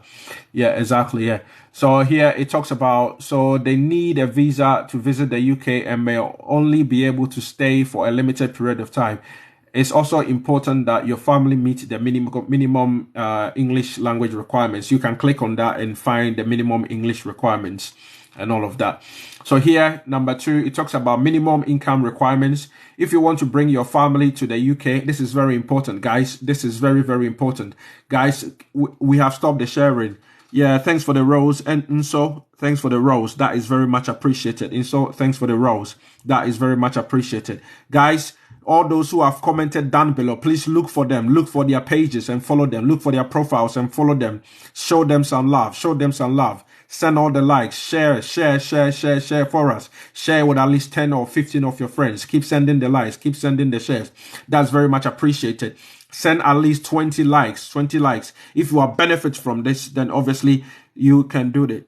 What if you want to come from Ghana? Yeah, I think you probably just joined. This is what we're talking about. You can come from Ghana as well. Yeah, if you are applying from Ghana, this is the Navy. If you are applying from Ghana, you can do that as well. Yeah, that is very much appreciated. So the minimum income requirements, then it says 18,000, because when you start your training, you are going to be on a kind of a lower income. So when you get to this level, or your income whilst in the Navy, if your income has gone to any of these levels, then you can start bringing your family over. So 18,000 gross salary needs to bring a partner. So if you are earning 18,600, then you can bring your partner over. At least that is the minimum. And also that's per year, 18,600 annually gross salary per year. And also the 22,000 to bring a partner and one child. 22,000, because when you bring them over, your partner and child, they will not have recourse to public funds. When we say recourse to public funds, it means they will not be able to get any money from the state whilst they are here. So they will not be able to get any income from the state, or any money or any benefits from the state. So you need to be able to support them. So at least you should be earning that income to be able to bring your partner and a child over, plus 2,400 for each additional child. Plus 2,400 for each additional child, yeah, that you want to bring over. So 16,000 savings over this amount can count. So if you've got savings, that can also count towards it. Or 18,489, a rating starting salary after training. So that's how much you are expected to earn once you finish your training. Yeah, that's how much you'll be expected to earn. 18,489 pounds per year. So it means that, yeah, you are just below that level, then you can bring a partner over. Yeah, so once you hit to that level, so you could be doing additional work. And I'm going to be talking about if you have got a secondary source of income. You can be doing an online business. in addition to that, and I'm going to be talking about, because I'm an online business consultant. So if that is able to bump up your salary to this particular level, then you can combine the two. And again, that will also add up. So you meet that particular threshold. Once you meet that threshold, then obviously you will be able to bring your family, your partner, and your kids over here once you are over that particular threshold. So here, number 3, it talks about the cost of visa. So once you meet the minimum income requirements, you will need to pay the appropriate visa cost. So these include, so that's how much you'll be expected to pay. That's if you are coming from outside the UK. So 1,539 per dependent for a 5-year visa, or you can pay that information to permanently settle in the UK. Yeah. So that is all of that information. So once, per dependent to gain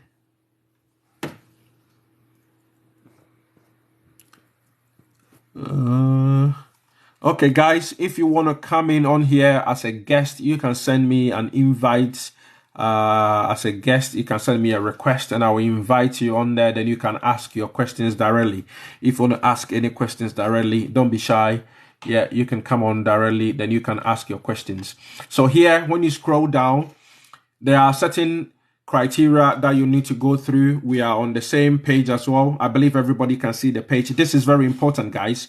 Guys, let's share this one again. Let's do the exercise that we did before. Invite at least 10 or 15 of your friends. 10 or 15 of your friends. Now, please, invite at least 10 or 15 of your friends to join in. Everybody, let's do it and comment down below. 10 or 15 of your friends. Once you've done that, then obviously share this for us. Share this with 10 or 15 of your friends. Once you've done that, then tap on your screen 20 times to like this video. Tap your screen 20 times to like this video. And once you've done that, comment down below. And let's follow each other. Let's follow each other in the comment section. Let's follow each other. So invite 15 of your friends, at least 15 of your friends. Once you've done that, once you finish doing that, then tap on your screen, comment done. Yeah, if you know it is benefiting you, let me know below. If this is helpful to you, let me know in the comments below. Yeah. So now here, when you come on here, you look at the age. So you enter your age and it asks you about the, qualification. So let's say I enter age 26 and I choose the qualification. So here, which qualification that you've got. So here somebody asks, do you have to have a degree to join? No, you don't have to. If you have got a degree, which is good, or master's or anything is good, but it tells you which level of qualifications that you can have. So you can choose any of these: HNC, engineering or equivalent. HNC is just vocational. So if you've completed polytechnic, if you've completed training college, or you've completed, let's say, nursing training college or teacher training college, or maybe any technical education or vocational education, that is HNC level. If you've got any hospitality qualifications, so hospitality qualifications, i.e. any within the healthcare, nurse, doctors, and all of that. If you've got no qualifications, see, it is also there as well. GCSE is equivalent to senior high school or secondary school education, SSCE. That's the GCSE. So if you've got only high school education, you can choose that. Yeah. If your qualification level is not on there, then you can choose no qualifications. Yeah. Then A-level or B-Tech, A-level or B-Tech, if you've got any MVQ level 1, MVQ level 2, or you've got City and Girls, or you've gone to Polytechnic and you've obtained maybe a diploma and all of that, then that will meet that particular level. If you've got a degree, so it can be a first degree, it can be a bachelor's degree, your master's, if you've even got a PhD, you can put on there.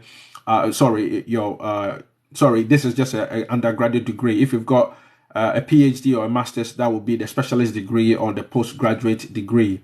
Yeah, and MCA certified. So let's see, I'm going to choose a degree. I'm just choosing it. So you can choose any of these. Once you're on the page, it's very user friendly. You can choose. So here it says, I want to work with. So what you want to work with, you can choose here all. So it selects everything, or you can untick it. Then you can choose engineering. If you know, maybe you've got a qualification or a degree in engineering or any related experience in engineering, you can choose that. Or you can choose medical, yeah. Or you can choose communications, you can choose aviations. So here, I'm going to choose all. So I've chosen all. So here, if you choose all, then you click on filter rows.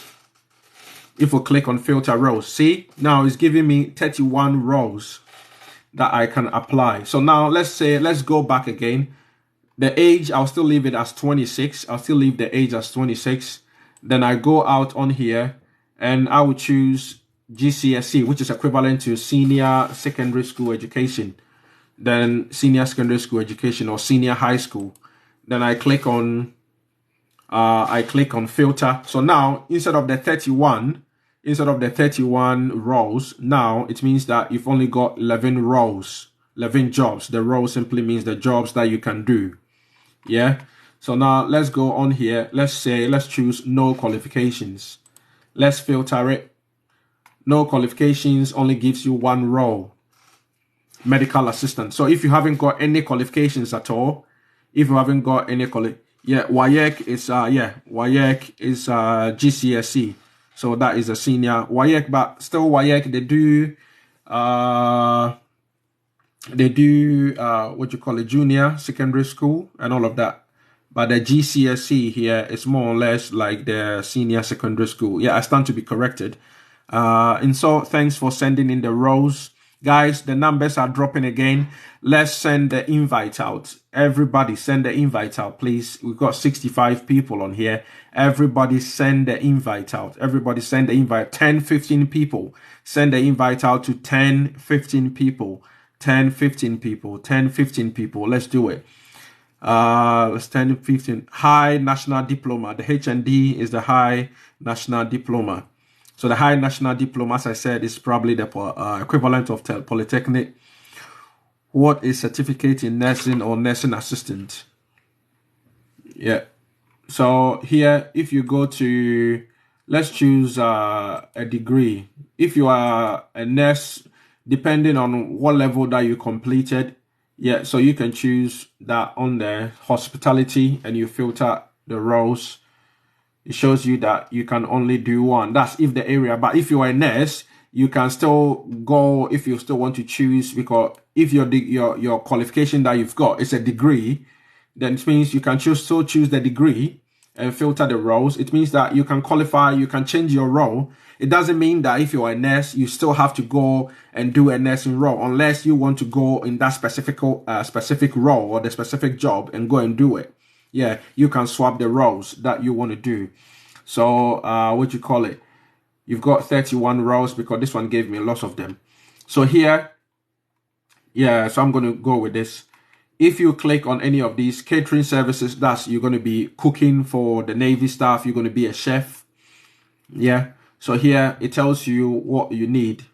And it tells you, so the role at a glance. Age, it tells you the age requirement, 16 to 39. Education, you don't need any qualifications for it. Salary, 20,000 salary after training. So once you finish your training, you're going to be earning £20,000, and that's per year. Holiday, you will be given 6 weeks off paid holiday every year. Progression, it means that what is the highest level that you can get to, or that you can progress to. You can progress from 20,000 to 51,000 or even over. As your career progresses, as you go up in the ranks, you could be earning.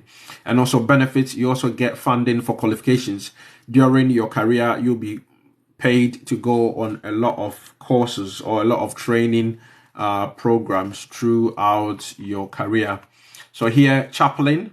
Yeah, if you are a reverend, an ordained reverend minister, not somebody who has just decided to call themselves a prophet or a reverend and all of that. You have to have completed, you have to be an ordained minister, gone to a theological school or training before you can. And also that one as well, it says the age requirement is higher.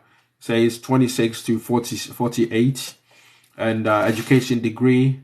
And you can see all the benefits and everything on there. And also direct entry petty officer, engineering technician, so marine engineer. So here, if you've got any engineering background, so now you can see that most of the minimum age requirement is from 16 years to 39. 16 years to 39. Yeah, that's if you are, but if you are coming from outside the UK, if you're coming from Ghana, it's 18 to 39. It's 18 to 39. So just take take note of that. So here you can see 18 to 39. Yeah, on there. So here, so all of these roles are available to you if you've got a degree. So as I said, if you want to filter through it, you can choose the down arrow over here, select the qualifications you've got or the experience that you've got. You click on filter, and to filter the roles, then you can see whatever roles that you can apply for. There is also engineering technician, and it will take you through there. Hydrology, marine engineer. I'm just going to scan through this. I'm not going to be reading each one of them one after the other. Supply chain logistician, you can do that. Writer, logistician, biomedical scientist. Guys, let's bump the numbers up. Let's bump the numbers up. You are doing a great job. Invite again. Let's do this exercise. Let's do this exercise. Everybody on here, 95 people. Everybody, please invite 15 of your friends. Invite 15, share it with 15 of your friends. Share this video with 15 of your friends. Once you've shared it with 15 of your friends, like this video, tap on anywhere of your screen 20 times. Tap on anywhere on your screens, then type below, done. Then type below. So share with at least 15 of your friends. Share with at least 15 of your friends and tap on your screen. Like it 20 times if you are benefiting from it. That is the motivation. That is the motivation. So we keep bringing you more of these good information to help you to be able to make an informed choice. Once you finish, comment down below and let's follow each other. Anybody who comments down below, please guys, let's visit their page. Let's follow them. Let's follow them. Let's follow them. Let's keep going. Let's follow them. Let's keep invite at least 15 of your friends to join in. 15 of your friends. Come on. Yeah, anybody who comments down, guys, look for their page and follow them. Follow them and let's follow each other back. Follow them and let's follow each other back. If you are not already following my page, please follow my page. Please follow my page. Yeah, I'm going to be talking about the online business. So yeah, let's hold on and let's finish with this. So you've got, So here, some people wanting to know about the online business. Yeah, somebody's still asking about the website. This is the website. Look at the URL on here. Is the most important bit you need is the highlighter section.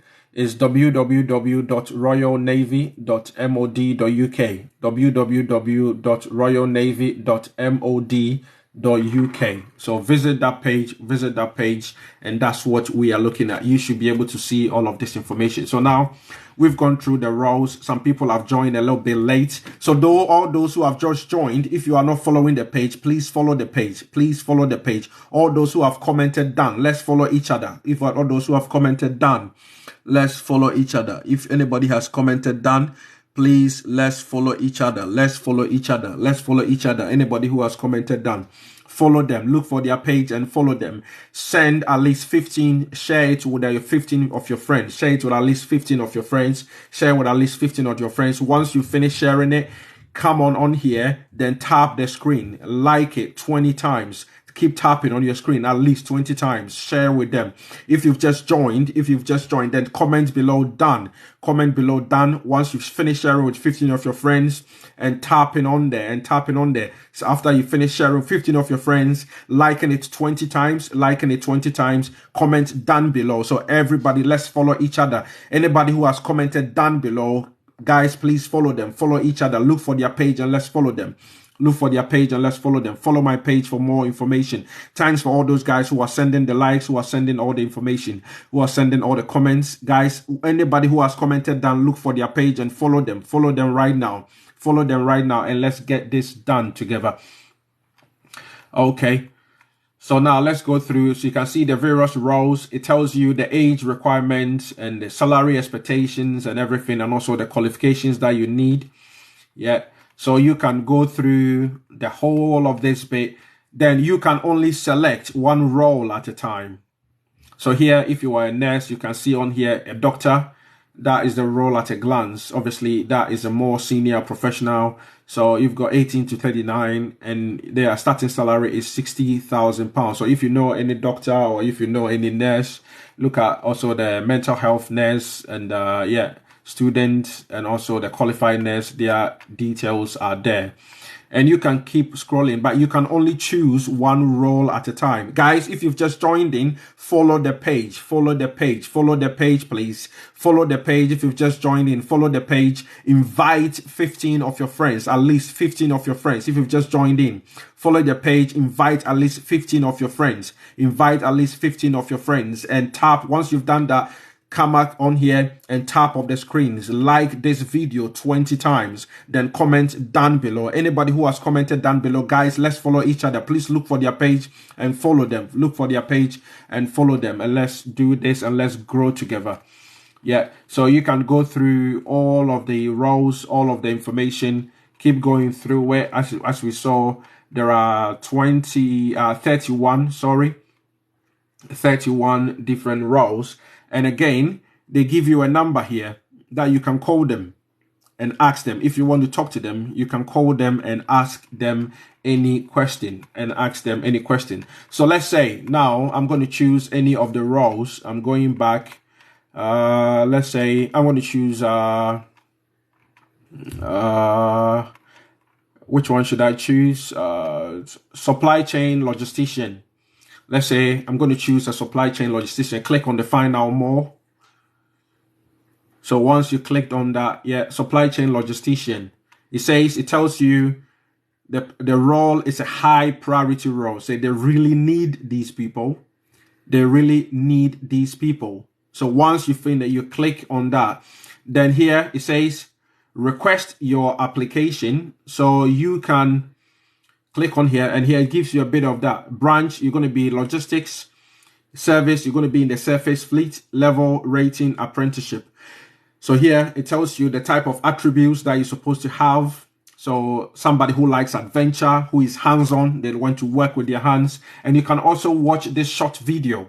So you see, it is very, very good. You can also watch this short video.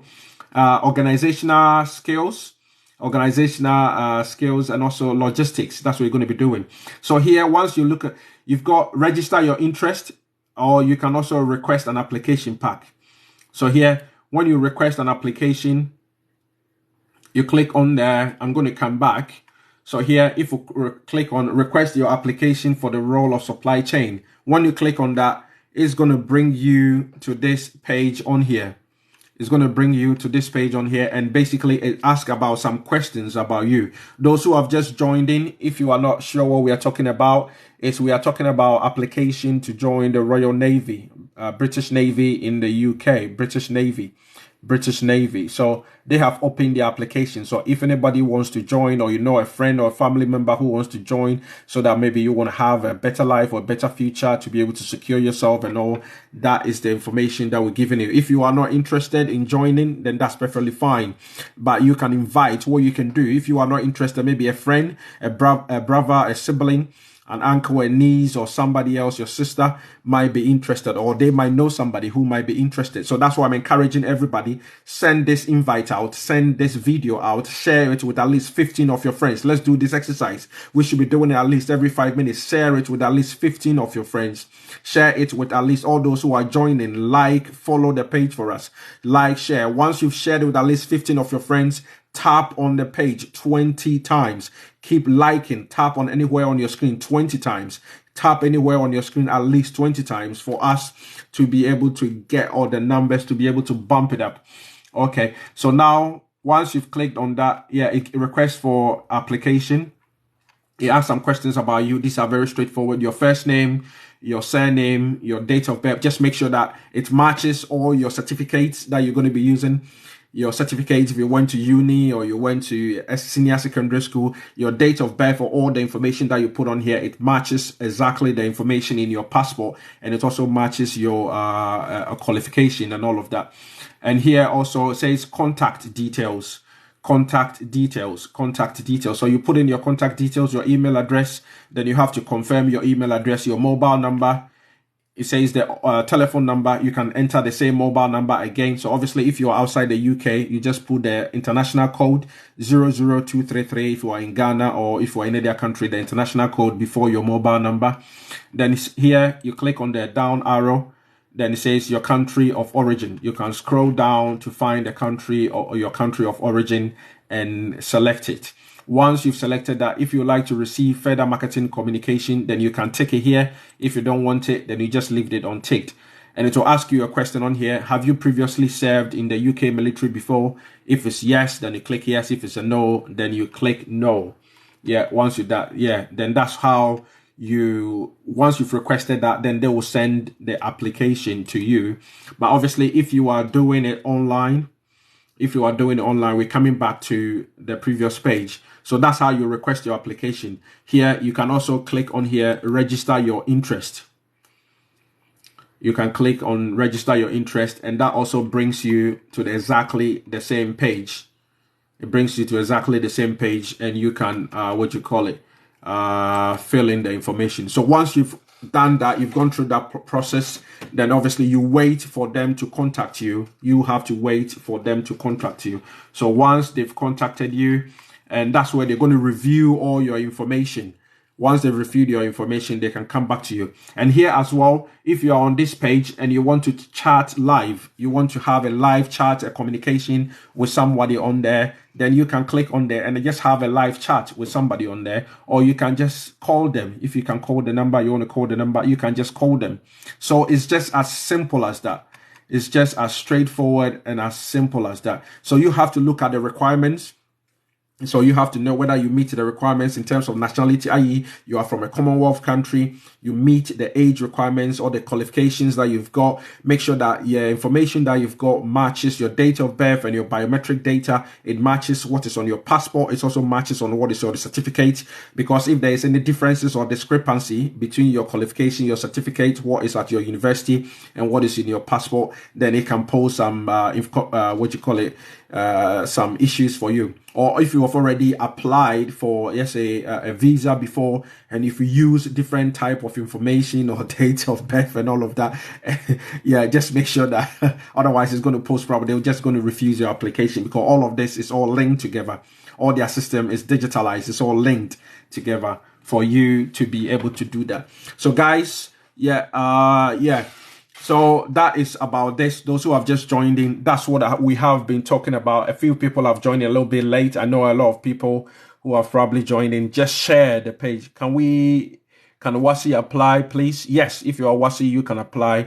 So just go through the website. I've just finished going through all of that bit. I believe you just joined late.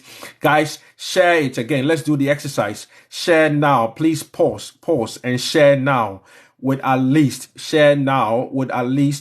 15 of your friends. Share it with at least 15 of your friends. Invite them, 15 of your friends. Everybody, we've got 167 people. Invite 15 of your friends. Everybody, invite 15 of your friends to come and join in, so we don't get the same recurring questions where people are coming back and asking exactly the same questions that we've talked about or been talking about for almost 2 hours. Invite 15 of your friends. Once you've invited 15 of your friends, send 20 likes. Tap on your screen, 20 likes. Once you are done, type comment below, done. Comment below, done. Guys, if anybody comments below, done, then obviously, come on, give them a follow for me. Also, my number 1 and my number 2 up there. My number 1 and number 2 up there. Please look for their pages and follow them for me. Let's follow each other. Anybody? Okay, send the invite to 15 of your friends, at least 15 of your friends. Send the invite to 15 of your friends. Invite them to join this live. Yeah, that they've missed out a lot if they didn't join from the beginning, but it's not too late. They can always go back to their website. So that is the bit that is highlighted here in white. So www.royalnavy.mod.uk. Go to that website and they can open it. It's very user-friendly website, and you just follow the prompts. Just follow the tabs.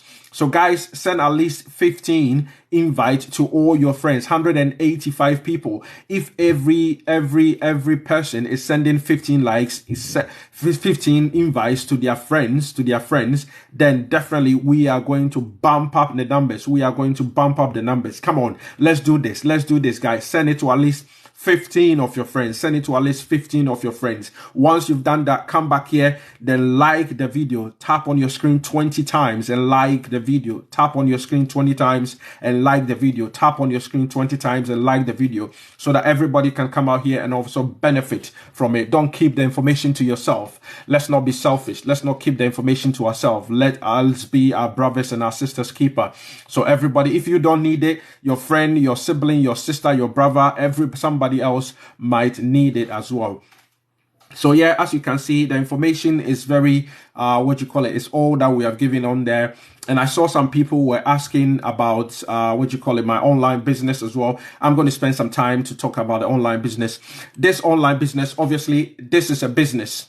This is a business. So in addition to being a company director, I am also an online business. I am also an online business consultant. So this online business is for if you are living in the UK or you are living in any part of Europe or you are living in Canada or you are living in the US or Japan or Korea, that you can start this online business. So if you are in Europe, you are living in the Americas, you are living in Australia and all of that, you can benefit from this online business.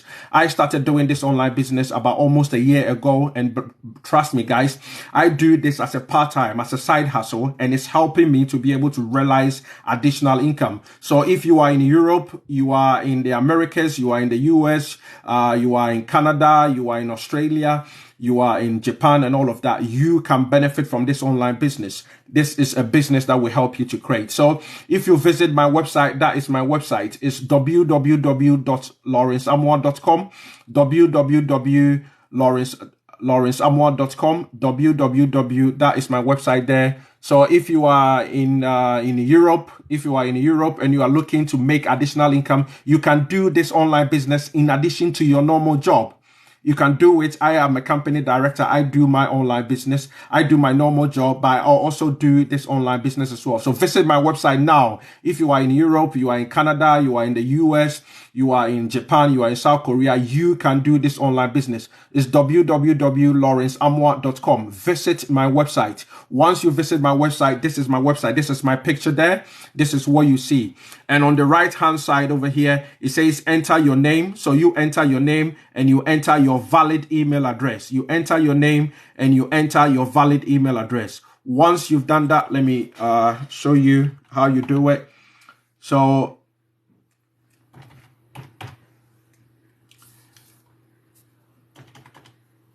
you've entered your name and you enter an email address. So once you've entered your name and you enter an email address, you click or you check this box. If you are in Europe and you are looking to make additional income working online, you enter your name, you enter your email address, and you click on Save My Spot. You click on Save My Spot. Once you click on Save My Spot, it will take you to this page where it's a thank you page where you can see thank you for registering and enjoying the webinar. So this is a webinar video that is going to show up on there. It's a YouTube video. You can click on there and watch the YouTube video. Once you finish watching the YouTube video, that YouTube video is going to explain all the business, the principles, the products that we sell, that we market, and also how we are able to teach you to be able to use the various social media platforms, i.e. Facebook, YouTube, Google, Instagram, Pinterest, to be able to promote the products and the services that we've got. So the more products that you're able to distribute or you're able to sell across all these social media platforms or by advertising and promoting on all these social media platforms, then the company will pay you commissions. So if you are in Europe, you are in the US, you are in Canada, you are in Australia, you are in New Zealand, you are in Japan, or you are in South Korea, and any part of these countries, then you want to start. So once you've done that, then you scroll down. So you scroll down on here. So this is what you see on there. You connect with me on Facebook, and my Facebook page is Dr. Lawrence Amoah. You connect with me on Facebook. Then if you want to go ahead and obviously register to join the business, obviously this is a business, so you have to register to start the business. There is a registration fee that you have to pay. So if you want to register after connecting with me on Facebook, I will contact you. I will speak to you and explain any questions that you've got. I'll explain to you any questions that you've got. Once you click on the join our success team now, it will bring you onto this page. It will bring you onto this page. Then you will be able to enter your name, your first name, your last name, your email address, the same email address you entered on the previous page, your phone number, and your billing email address. This is the registration fee that you pay to join. So the registration fee is $149 that you pay to be able to join. So what we give you or what we teach you, I'm going to spend this around. So for the online business, what we give you or what we teach you how to be able to use the various social media platforms. So Facebook, Instagram, TikTok, YouTube, Google, and all that. We teach you how I become your mentor, and I will also become your coach. I will guide you and train you how to be able to use these platforms, to be able to leverage, to be able to advertise, to be able to promote the business, and to be able to realize additional income. So if you are in Europe, you are in the US, you are in Canada, and you are looking to make extra money working online so that you can support yourself and support your loved ones. Since I started doing online business almost a year ago, I have been realizing additional income. From my 5th month when I started doing the online business up to now, I have been making a regular income or regular commissions of up to £1,000 extra every month, which is helping me to support my normal income that from my normal job. So guys, a lot of my online business partners have been able to pay off their student loans, to be able to pay off their mortgages in record time. So it helps you if you've got any project that you've got delivering back home, you've got family members that you are supporting back home, you will be able to do exactly that, to be able to support them and to be able to assist them as well, to be able to do all of these things. So guys, let me pan this back to my website. So if you are if you are in across Europe, or you are in the Americas, and as I said, if you are looking to make extra or additional income, that is my website for you to go to. So it's www.lawrenceamoah.com, www.lawrenceamoah.com. You look on here to the right hand side. You enter your name, you enter your email address, then you tick this box over here and you click the save the spot. You watch the video on the next screen. Once you finish watching the video on the next screen, then connect with me on Facebook. Once you finish connecting with me on Facebook, ask me any questions that you've got, and I will be happy to be able to explain it to you. Once you are happy to be able to do that, then we can get you started so you can start making some additional money working online. All you need to be able to do this online business is a laptop, it's a mobile phone device, laptop and a mobile phone device, and your data or Wi-Fi connectivity. That's all you need. And we will give you all the teaching. We will create a website for you so that you can start this online business, start it, scale it, and grow it. If you are in Europe, or if you are in Canada, or if you are in in the US, you are in Japan, you are in any part of all these countries, you will be able to start the online business,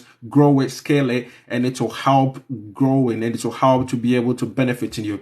I started doing this. I've been making extra income. Now I'm going through the process of, I started building my 15-bedroom house in Ghana as probably a house, a mansion. And now since I started doing this online business, it's helping me to be able to realize, because at first what was happening, I was only depending my salary from my normal income. So I wasn't making a lot of money to be able to use to be able to obviously develop my house quicker.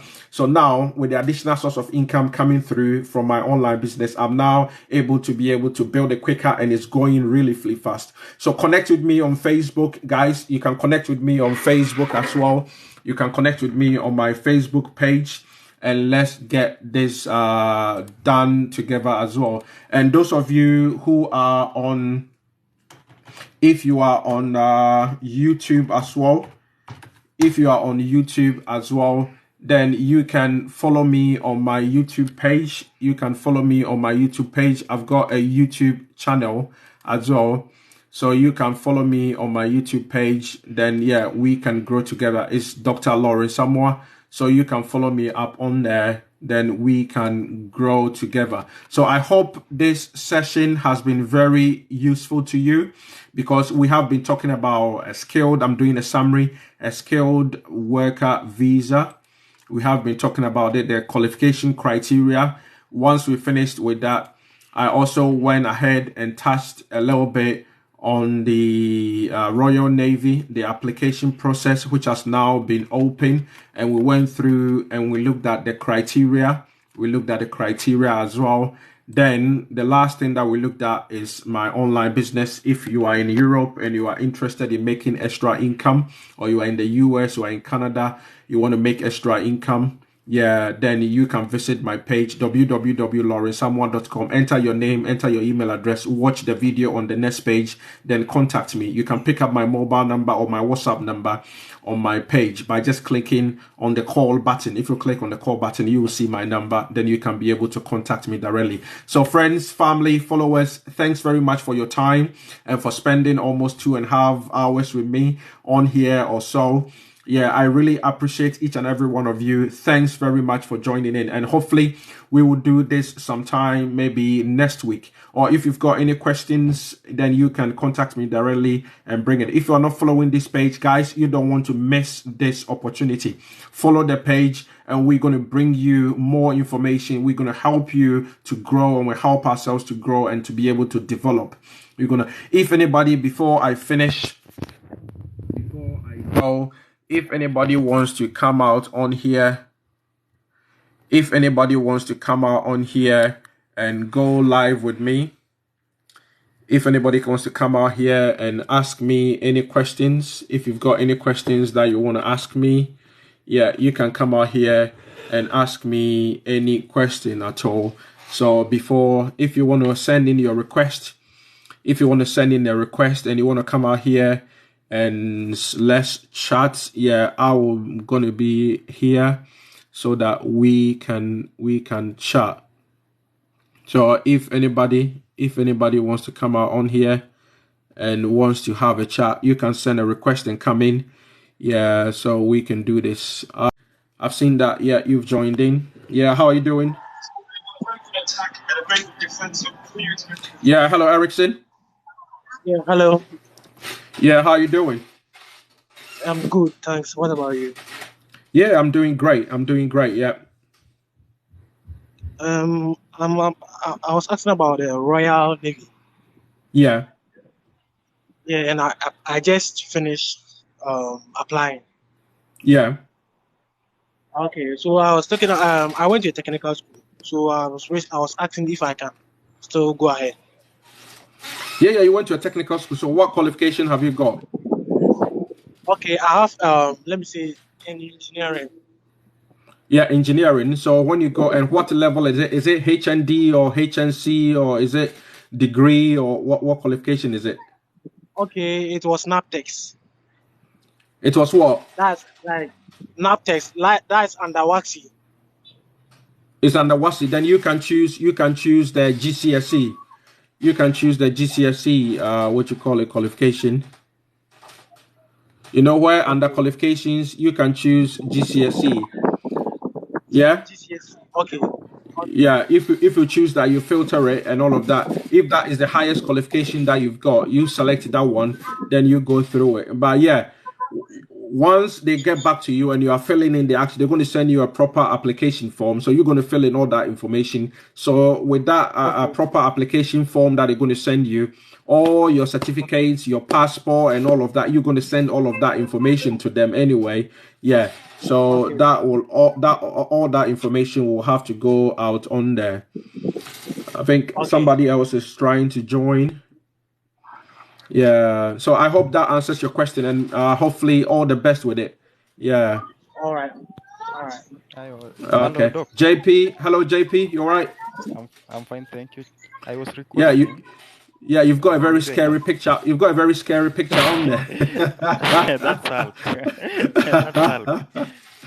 I'm a fan of Marvel. Okay. So I'm requesting for those of us who joined a little bit late, maybe you can just take us through from the point where you typed in the link of the Royal Navy, and then from step to step.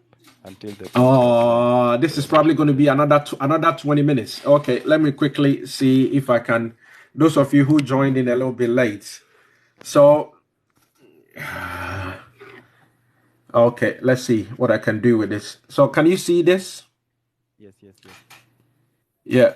So let me click on here. The most important, where the website that you need to be, the most important bit is to look at the highlighted section where it says www.royalnavy.mod.uk. If you enter that website, it should bring you here. Can you see this? Yes. Yeah, it should bring you onto this page, and basically it tells you the requirements. If you are a Commonwealth citizen, you no longer need to be a UK resident. So basically telling you don't need to be a UK resident to qualify and all of that. Then there is a video on here that you can watch the video and all of that. Then when you go to the bottom here, it says Royal Navy Commonwealth applicants. So you go through the accommodation. Yeah, it tells you what accommodation requirements that you need to provide for yourself. This is before you start your training, because until you start your training, they are not going to pay for your accommodation and pay for anything, because you need to be in the UK whilst you're going through the application. Yeah.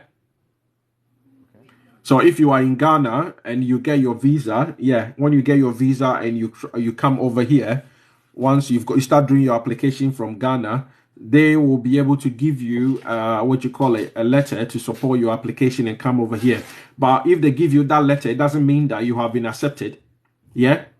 It doesn't mean that you have been accepted. When you come over here, you have to start all over the application process again. So that is also going to take time. So whilst you are here, during the application process, whilst you are in the UK, you need to provide for your own accommodation, your own food, your feed or food. You need to look for where to stay and etc. That is going to be at your cost, because you haven't started your training yet. And if coming from the Ghana or anywhere to here, you have to pay for your own flights if you are unsuccessful. So you can go through all these tabs. Who is going to pay for your expenses? The security clearance that you have to go through. You need a police report to say that obviously you are not a criminal and you haven't got any criminal history and all of that. If your your passport expires, what you need to do, and also you need to pass a swimming test. So once you've done that, you go through this page. It explains about about your family, if you want to bring your family over here, and the minimum income if you want to bring your partner or you want to bring your children if you've got any over here, and also the cost for the visa. It also shows you on here. So here, when you scroll down to this page, it tells you the age. So here we chose age 26, or you can choose any age.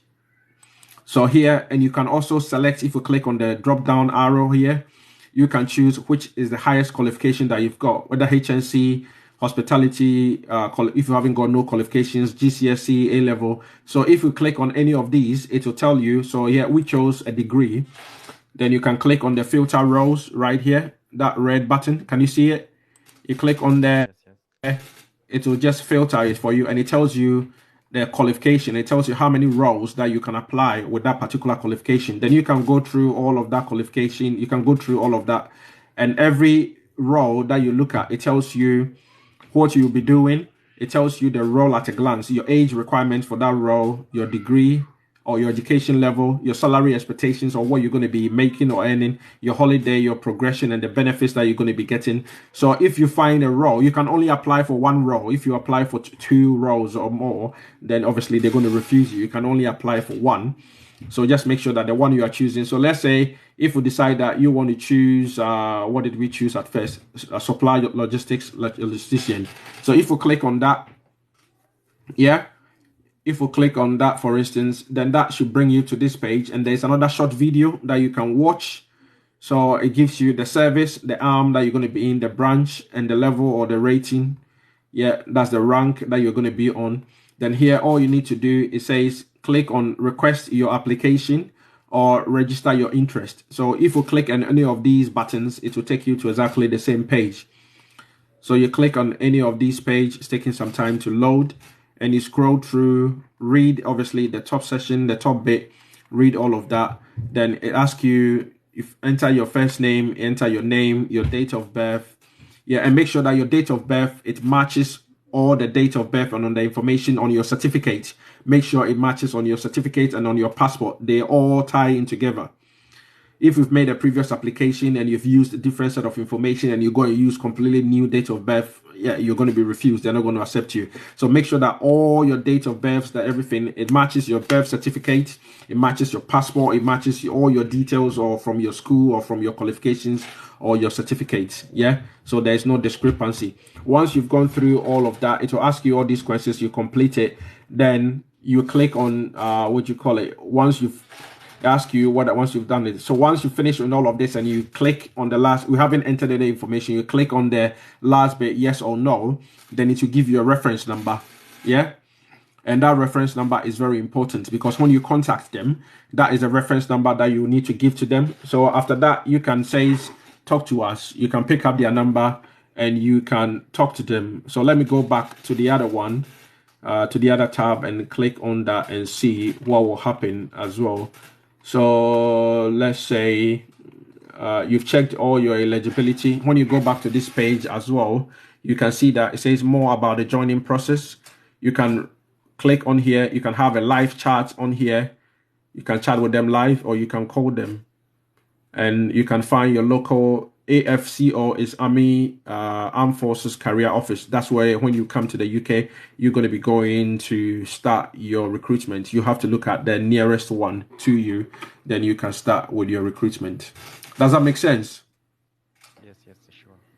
Okay, yeah. So I had to go through that quickly because we spent about almost 2 hours going through exactly the same thing. That's why I had to rush through that. So yeah, once you find that website, yeah, and you can use any search engine to look for it. I always use Google because it's very trustworthy.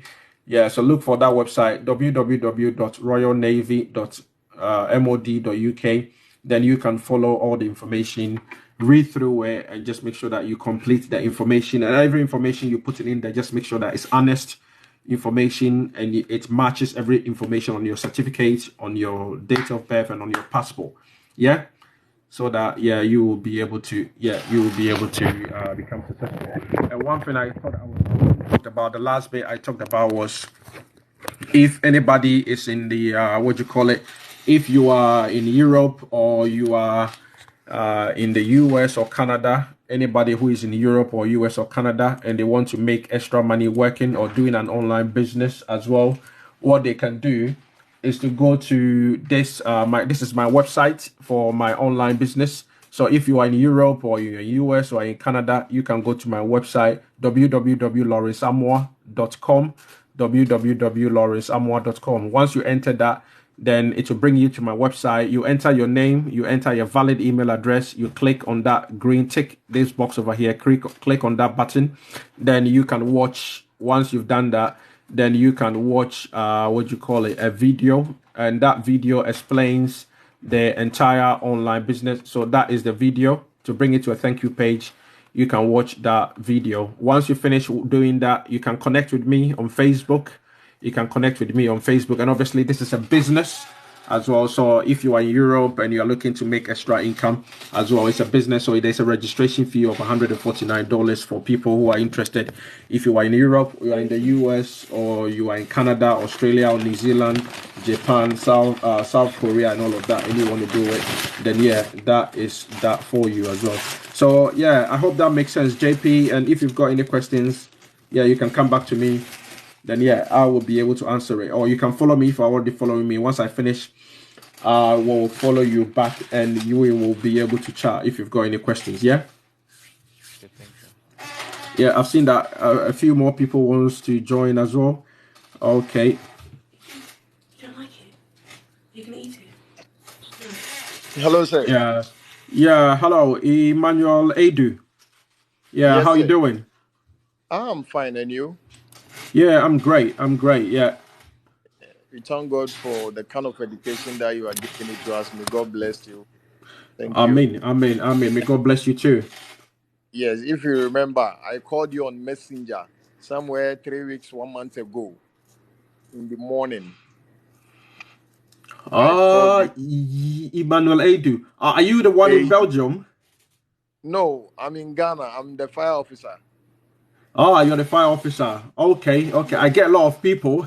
Sometimes it Yes, surprises you, but I get about yes. probably 20, 30 calls in a day. So yeah, sorry about that. Yeah, Not easy. It's not easy.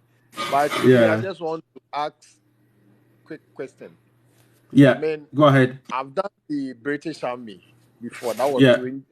2016. And Uh-huh. on that application, you need to get a sponsor who is living in UK.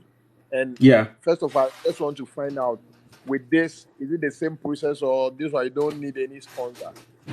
Yeah, so basically the sponsor, yeah, you need a sponsor. So the sponsor, because if you haven't been to the UK before, the sponsor basically means that you need somebody whom you are going to be staying with. Because if you come Yes. here, unless they've selected you and they're giving you a date for you to start your training and actually started your training, the Navy or the Army is not going to be responsible for your expenses or for your feeding and all of that. You understand? And they're not Yes. going to start paying you. So once you Yeah. come over here, obviously you start your process in Ghana. If you get your visa and you come over here, you will have to start the entire process again afresh. Then you go through the same physical training assessment, also going through the medical checks and all of that, just to make sure that to confirm that what you went through in Ghana is actually what it is. So once you've gone through all of that phase, and you also do some sort of aptitude test, yeah, and also some what do you call it, some group exercises. So once you've done that and you've done your oath, you've sworn your oath of allegiance to the king, then obviously they give you a date to start. Once you are given a date, I used my example because when I came here and I started my training, for instance, yeah. So when I came here and I started my training, I joined what do you call it? I started my training or my application process at the career office. I think in March.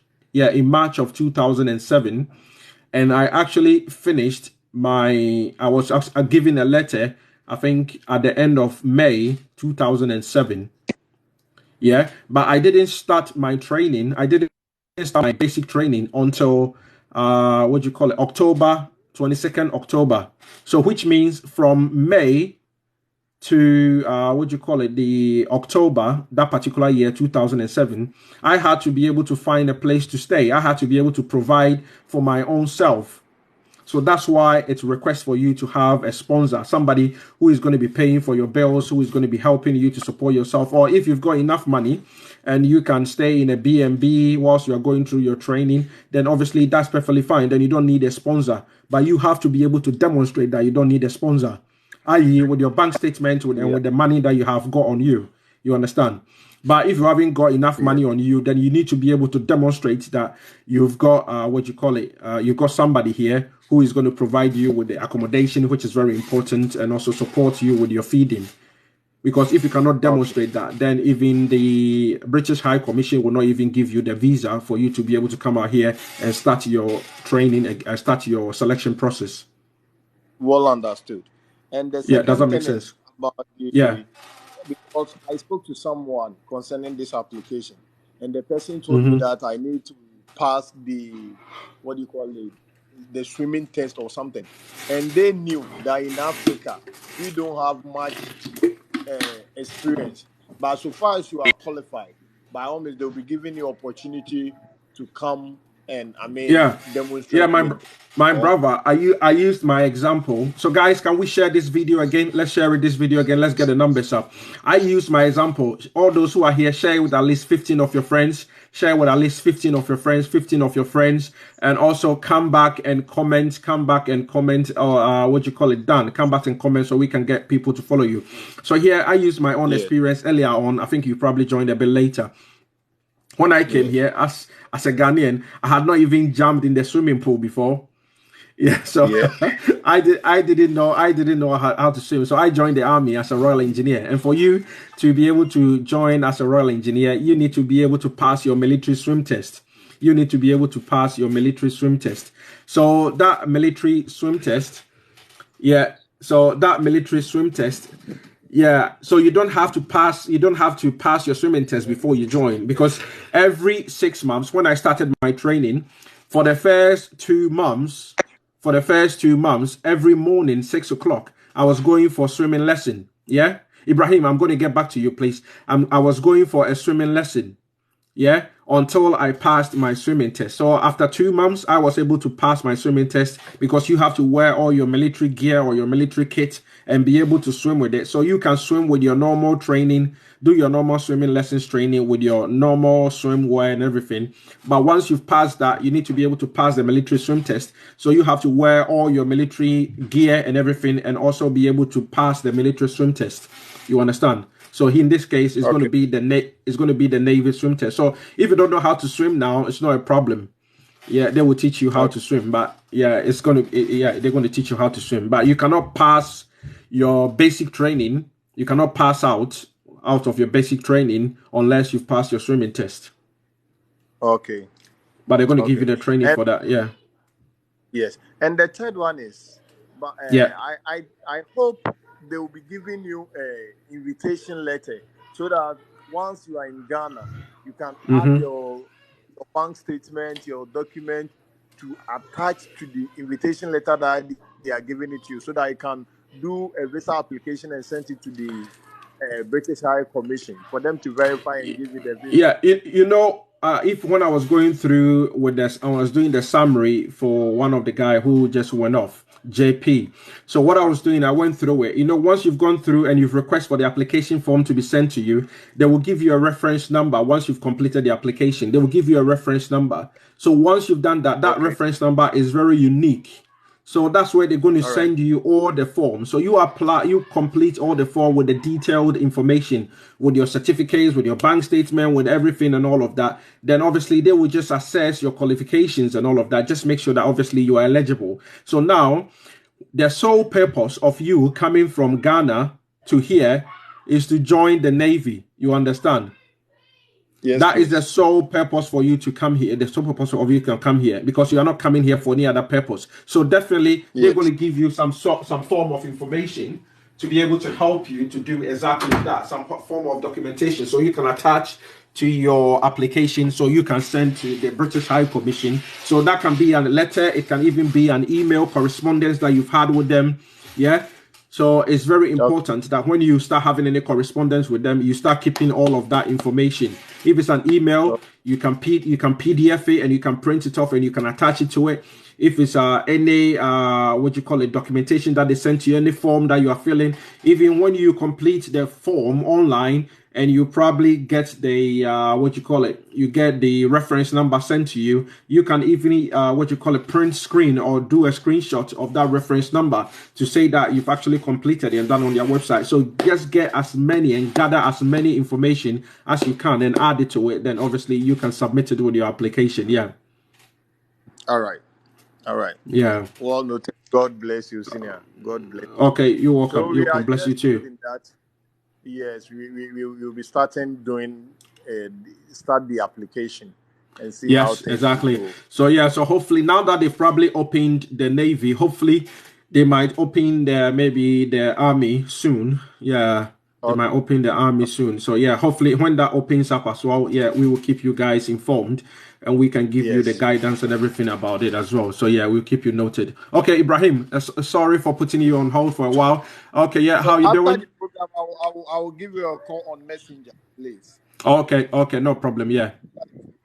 All right. Okay, Ibrahim. Yeah, you're welcome, Emmanuel. Yeah, speak to you soon. Emmanuel, are you still there? Ibrahim Gariba, sorry. Ibrahim, are you still there? He has mute.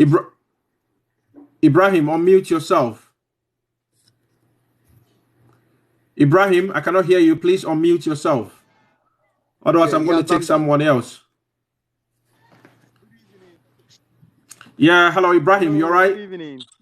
Yeah, hello. How you doing? How are you doing, Ibrahim? My question is, I just joined.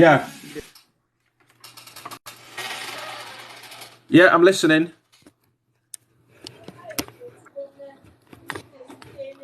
Ibrahim, go ahead. I'm listening. Hello, Ibrahim. Yeah, Francis, are you there? Yeah, Francis and Sean, are you there? Hello. Hello, Ibrahim, go ahead. It looks as if your line keeps breaking. Yeah, please. Please. My question is, I wanted to ask. I just started my application, and Yeah? I've gotten one. You've gotten what? Oh, this is painful. Francis, you can come in with a question. Francis, unmute yourself. Unmute yourself, Francis, and come in with a question.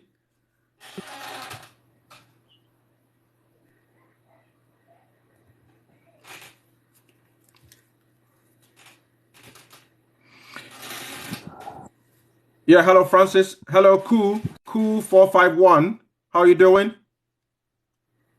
I'm good, bro. Yourself? Yeah, I'm great. Yeah, how you doing? How may I help you? Thanks for joining, and thanks for joining the live as well. Guys who are still on here, share with your friends. Everybody, 30 people. Share with at least 15 of your friends. Share with at least 15 of your friends. Once you've shared it, come out here and tap the screen at least 20 times. Keep tapping on the screen. Share, like it for at least 20 times. Yeah, then comment below done. Comment below done so we can get people to follow you. Guys, okay. Cool. 451. Go ahead. Okay, so thank you for that good information. I would like Yeah. to know, in selecting of the department. I don't know if it's the department or where you want to work with. Does it mean you have to choose only one? Assuming you choose a logistic officer, that's what you are Yeah. going to work with, or you can choose multiple because after opting for maybe you have a degree, you are going to get 39 roles or Yeah, you can only 31 roles. you can Are only you if you are normally what happens is that you can apply for a lot of them, but normally what happens is that people who normally are from experience, people who normally apply for one, because you can imagine a lot of people have come on here, yeah. So if everybody is going to be applying and you one person you've applied for 2 roles and one person has only applied for 1 role, normally they will use that as an excuse to try and refuse your application. So normally, from experience, they expect everybody, one person, to apply for one particular role. Yeah, because that's the role that you are interested in. Even though you might be interested in a different role, what I will say or what I will advise, once you are able to join, even if you get a role that you don't like and you are able to join, whilst you are in there, you can change and to a different role whilst you're already in there. So the most important thing is for you to be able to get the what you call it, is be able to get the application confirmed and you start your training. Once you finish your training, you can change your role, you can change your trade to become somebody else whilst you're already in there. Yeah? Does that make sense? okay? That is, it makes sense. Okay. And Okay. Yeah. secondly, you Yeah. were talking about skilled job. You talk about skilled job, then you came to talk about the Royal Navy, then you came to talk about your website. But I Yeah. was looking for opportunity where you could talk about unskilled job, because most of the people or most of the youth now, they mostly have a degree. The highest someone could go is a master's degree, Yeah. and currently an engineer or a doctor in Ghana specifically is somehow okay. So if you Yeah. can talk about unskilled job for some other people like me, I have a degree though, but if I get an opportunity to enter to the UK as unskilled job, I think I will earn much better than what I'm earning here. So if you could talk about unskilled job, because that I saw that when you were talking about the skilled job, it kept Yeah. reducing Because the numbers. the reason why I talked about that is because at the minute that is what the UK is, because if you have got any unskilled job, I don't know what you call as unskilled job. If you are a mechanic, if you are a carpenter, yeah, that is a skilled job. So I don't know what you are Yeah. referring to as an unskilled job. So when you say unskilled job, what are you referring to? Okay. So yeah, because Because the some the, platform the, have the, the defined reason why something like fruit picking.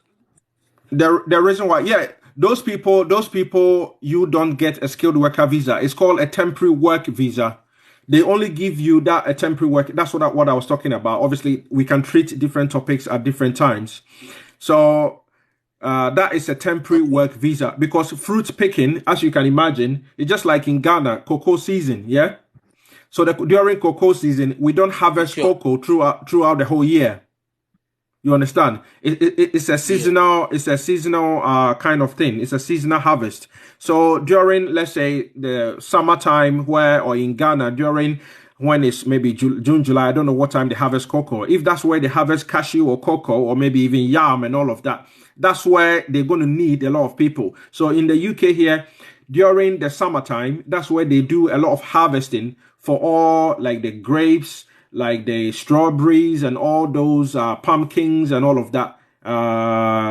Let's say vegetables like lettuce and cabbages and all of that. That is when they harvested the most. So during that time, they need a lot of people to come and do the work. But after the work, all those people are supposed to go back, because most of their employers, what happens, they're not supposed to do it, but they take their passports away from them. So because they know that most of them, after their work, their temporary work, they just run away, they disappear into the system.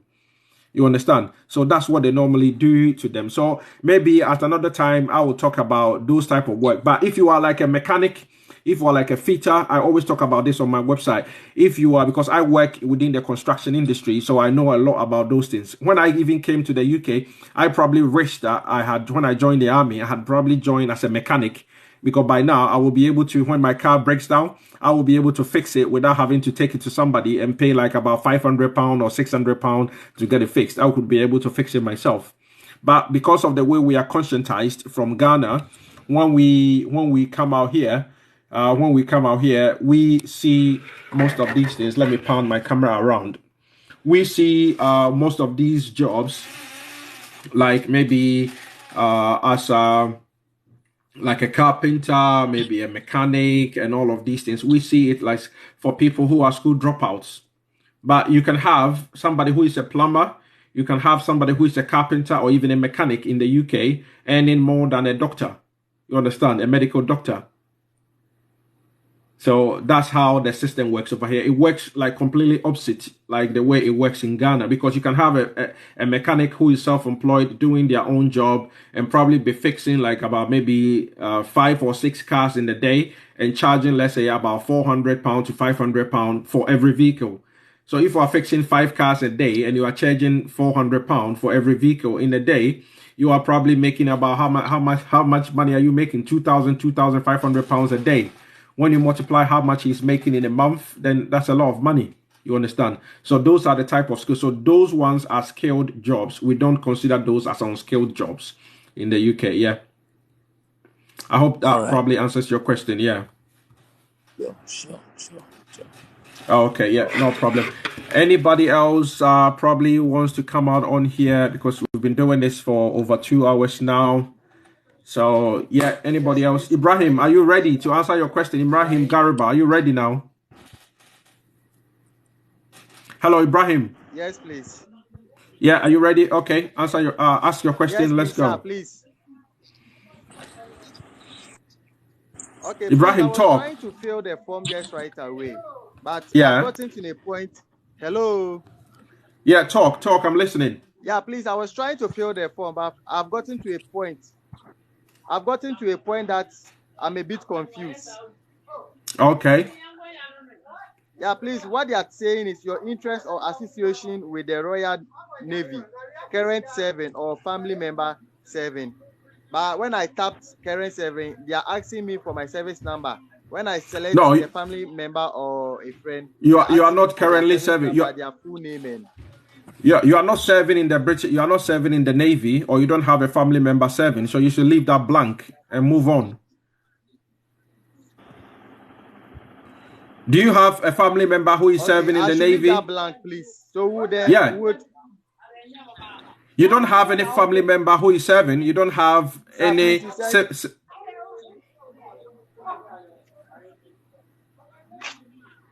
Yes, please. Yeah, if you don't have any family member who is serving, yeah, No, I can. Sorry, I cannot do it for you. What do you want me to do for you? I've given you the information. I've given you the information. Kwame PAC. I don't know what you want me to do for you. I've given you all the information. I've given you the website. I've given you everything. So you should be able to, if you cannot do it, then you should be able to find somebody who can do it for yourself. If I have to do it for everyone, I'm going to spend, I'm going to spend my whole day or probably a whole week trying to do it for everyone. So Ibrahim, yeah, follow the information. Follow the information. Yeah. Follow information that I shared. Go to the website. It's very Yes. user-friendly website. Those who are asking for the website, that is the website. Is www.royalnavy.mod.uk. So when you go on there, this is what you should see. Click on there. Yeah. So go on there and look for the information. So Ibrahim, yeah, issue is very, very user friendly. If it's asking you for information, if you cannot probably understand what it's asking you, then you should ask somebody to be able to help you, to be able to explain it to you better. Yeah. Okay, Does that sir. make sense? Yeah. Hello, Doc. So if it's asking you for information Yes, and you please. don't understand it, find somebody, ask them, then yeah, get them to be able to. Okay. Okay. Yeah. Cool. You were Okay, please. asking Thank you another very Hello, much. Doc. question again. Yeah. Go ahead. Yes, yeah. A friend of mine was just refused a visa, a tourism visa. Actually, he Yeah. wanted Uh to huh. attend his cousin's graduation, and I think he provided a sponsor, which has to be also his cousin. But then they Mm-hmm. said they refused him on the basis that he didn't show much communication between him and his sponsor. So, in this same way, do you have to show a communication between you and your sponsor out there in case you are adding you get a sponsor out there? I don't know Yeah. if Because you yeah, I clearly understand what you're understand what saying. I'm. Yeah. If you need somebody, if you are going Okay. to ask somebody to sponsor you, then in what capacity are they sponsoring you? Are they sponsoring you as a family member? Are they sponsoring you as a friend? Or in what capacity are they sponsoring you? You understand? So somebody who is sponsoring you, you should know that person. You should know that person. So it's just for me, like myself, when I came to the UK and I was, what you call it, I joined the army, the British Army, and I was inviting my wife over. What I had to do is, yeah, I was having, what you call it, communication. So every, probably my telephone conversations that I was calling her. So now if that particular person has got any WhatsApp chat with that particular person, that shows their name or their number. You can print that, you can screenshot that, you can share that. If there's any email communication, if they are sending any money, you sending any money to the person in Ghana, because you should say something, because you are expecting that person is sponsoring you. So you don't expect this person to come and just sponsor you out of the blue. They should know you. Yeah? Because that person is going All to right. vouch for your character. So if that particular person doesn't know you, how can that person sponsor you? Yeah? So if they know you, definitely if you know that person, you will have some sort of communication. So for me, what I was doing when I was inviting somebody over as sponsoring my wife to bring her over, or even some family members and friends, I had to send to them any monies that I've sent to them in the past, even if it's a letter or an email or a text message that you sent to them. It can be on Messenger, it can be on TikTok, it can be on WhatsApp, it can be even text messages that you've sent to them, even on a normal text message on phones and all of that. You can use that as an evidence and attach it to your application and just send it. Because all that these people want to see is evidence, documentation. If they don't see any link between you, the person who is coming to visit your, or the person who is sponsoring you, then they can use that as an excuse to refuse you. Remember, they've also got a quota. They've got quota every year, that the people that they have to give visas to. So let them not have an excuse to refuse you. Just make sure you've got your documents are strong and they are good. Yeah, does that make sense? Kwajo, is it Tuntum? Kwajo Tuntum, yeah. Are you there? Yes, please. Doctor, good evening. Yeah, good evening. How are you doing? Yeah, I'm doing great, and you? Yeah, I'm all right. I'm all right. Yeah. How may we help you? What's your question or your contribution, please? Yeah, my question has got to do with I followed the procedure that you laid out earlier on through the Yeah. website, through the selection and all other things, the needed Yeah. things. But after everything, I've received a email address from You've received what? What have you received? Hello?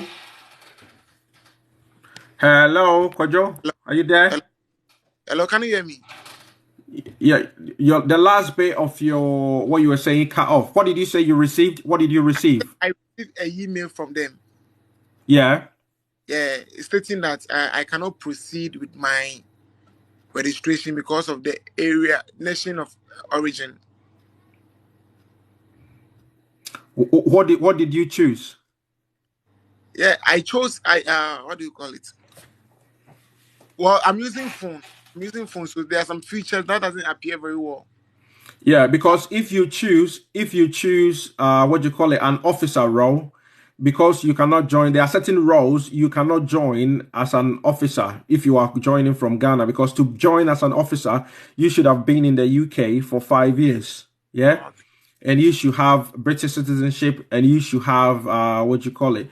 You should have either indefinite leave to remain and should have lived in the UK for 5 years. So if you choose those kind of roles, that's why I said you have to read every bit of information before you fail or select a particular take something.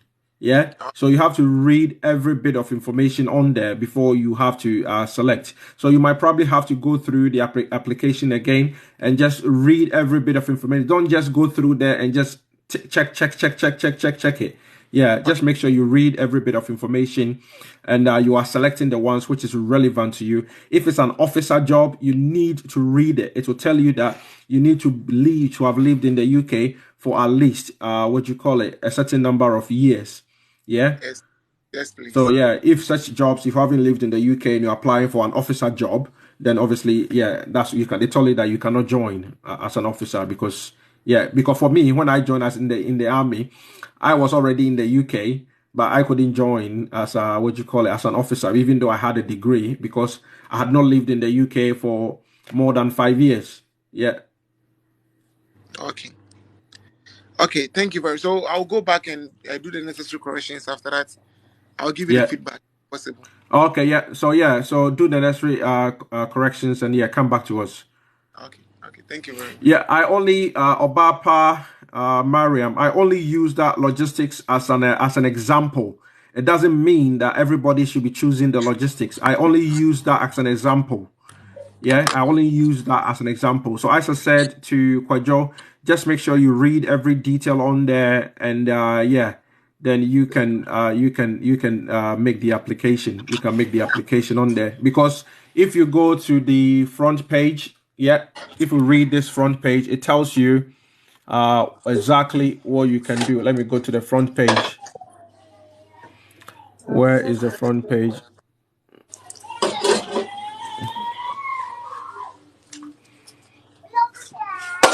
Yeah, I'm trying to go. Yeah, I'm trying to go on the front page. So when you open it, this is what it tells you. Yeah, and it tells you who can join and all of that. So it gives you all the information. So you should be able to read. Don't just I just obviously I couldn't spend time to go through and read every bit of information. Otherwise, it's going to take the whole day to do that. So before you make the application, just make sure you click on every tab and read it. Click on every tab and look at the exact information, which particular role that you can join. Yeah, which particular role that you can join and select that particular role that you will be eligible to be able to join before you submit an application, please. Hello, hello, doctor. Yeah, hello, Kojo. You're right. Yeah, one more thing. Please, during your submission, Yeah, you went to a column whereby it indicates those staying in the UK and those from the Commonwealth country. Please, can you go back to yeah. that portion? Because I think that's where the mistake came from. If my mindset to be okay with me, I think that's where the problem came from. Those joining from the Commonwealth countries. Yeah, hold on. Let me see if I can find that page.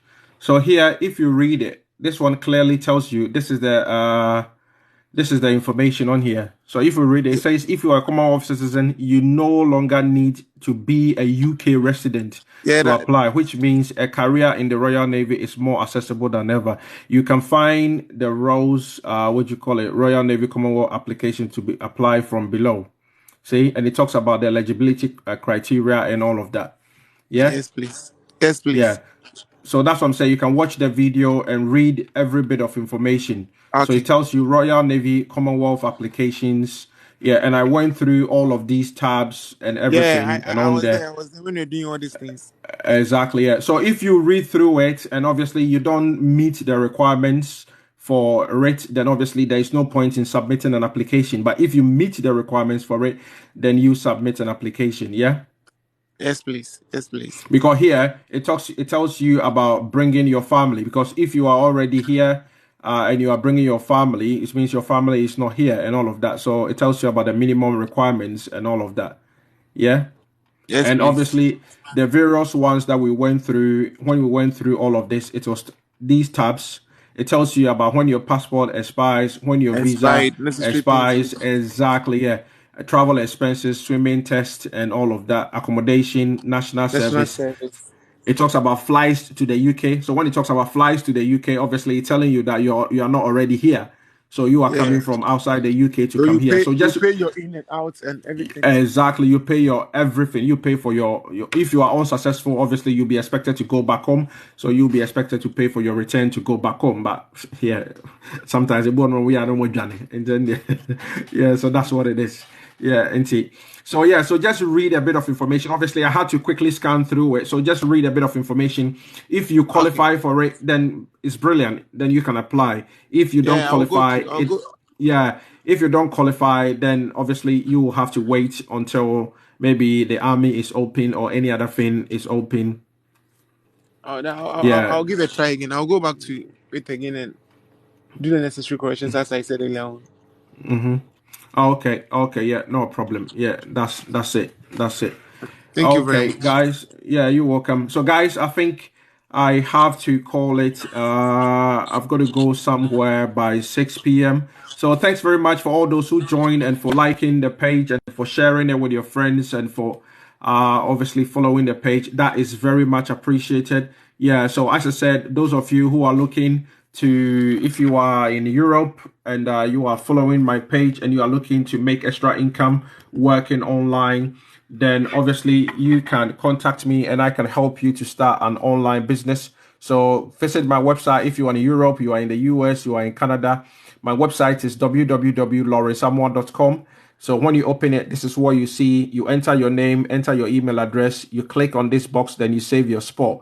Once you've done that, you can watch the video on the next screen, which explains everything about the online business, how you can make money, how you can earn income on there.